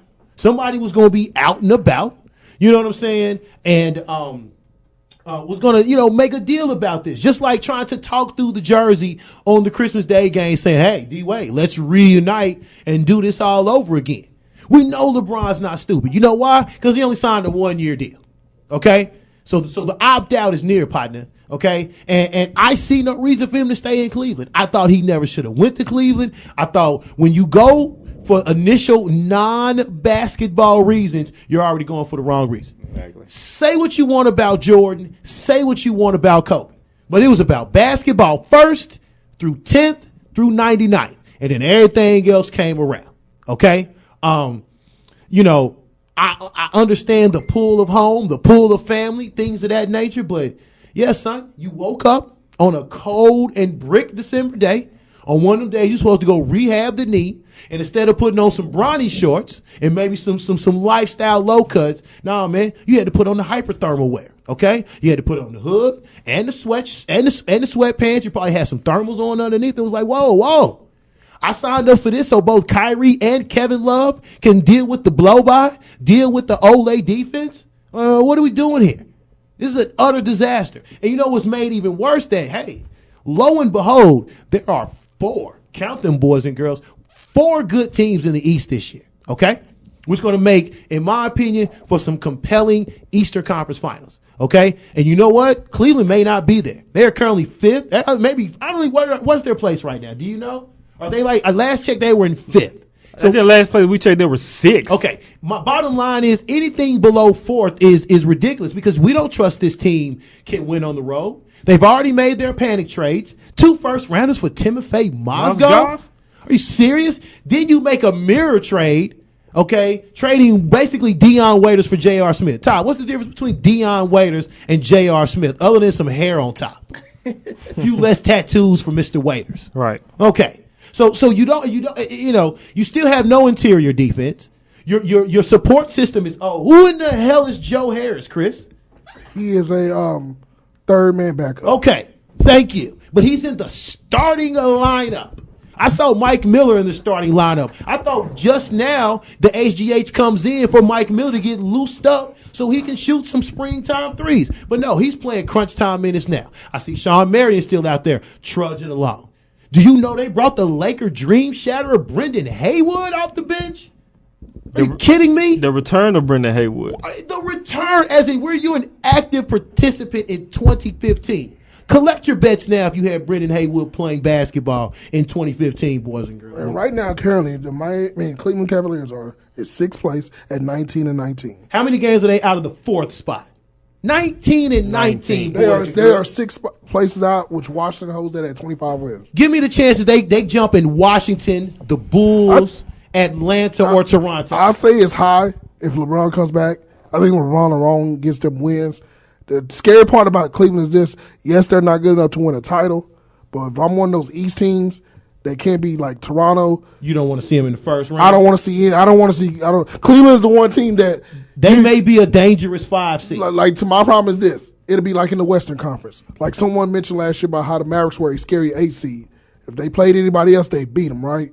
The way they played outside of that last game when the whole ordeal happened with DeJuan Blair. There's no way you can be confident in a series if Washington walks in. Even though Washington's made the right moves, there's no way I would say Washington's going to beat Cleveland hands down. And so if LeBron is healthy and everything is on par, because this team, that's a scary matchup. Because if you get the same John Wall you got last year, we don't know if this John Wall is, he's going to hit the shots. Well, right now, this looks like a whole complete different John Wall. Well, I wouldn't. Listen, I think Paul. We'll see. I just think that they're not going to. Great against the Mavericks. They're not gonna jump. Oh no, not at all. They're not gonna jump. I don't think they're gonna jump into those top 4 seeds. See, to me, Toronto, Atlanta is legit. Atlanta's legit, but the problem with them is this: they need a superstar. And not to get into the regular season. Hold on, but I will say this: in the playoff, as we found out, you can have a whole bunch of good guys, but when you really need the shot, kind of like as much as I think John Wall to me is my favorite point guard in the NBA. There was a point last year when Washington got in the playoffs when they played Indiana. You don't think they've learned? See, to me, it may change because when you got guys like, to me, as bad as Kevin Love and Kyrie are at certain basketball things, it also takes the impact that they're going to have to play more defense in the series than normal. I don't disagree with that. I don't think Cleveland has it 1 through 9, however they shorten their rotation up. And also these teams right now playing on some momentum. Like Cleveland. We almost halfway through. There are things that you see about teams that you kind of know. That's why I think I think those top 4 are legit. Now, I don't know how they're going to finish 1 through 4, but look, man, it's going to take, listen, we said a month ago it's time for Cleveland to make a nice run, a 15 out of 17, a 20 out of 30 type run. They don't have it in them. And the problem is the coach and Kyrie and Kevin Love, because I think they misunderstood what it meant to be in that life, to be in that big boy life. All right, we'll end it there. No defense. Plenty more to come next week. No defense, no playoffs. We'll see you all at 7 o'clock. 7. Super Bowl preview extravaganza. We got a week off. Yeah, then we got a week off. Touchdown. Okay, so hold on. Which day is that? The 19th or the 26th? Should be 26th. 26th. Oh, okay. Well, then we'll have our Super Bowl preview on the 19th. Listen, our predictions are gold. They stand for 2 weeks, especially if I get Colts and Seahawks, okay? And if Harden wins the scoring title. Bang, bang for Gumble. We'll see y'all later. Mo Sports Talk. Thank you, Ty. On the afterparty.com. I'll see y'all after the Super Bowl. Get inspired, get educated, get motivated, be the change. With Mr. Community, Antoine Wiley, with his new show. Mother. Sucker. Yeah. This what you want, huh?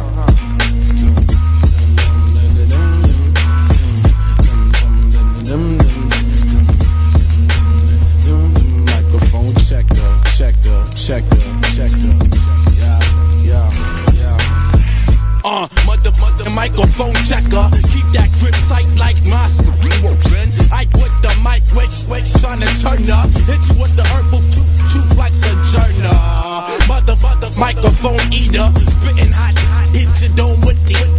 Wouldn't wanna be a dish lyrical for eaters. Got dragon balls like my name was Vegeta. Mother, super.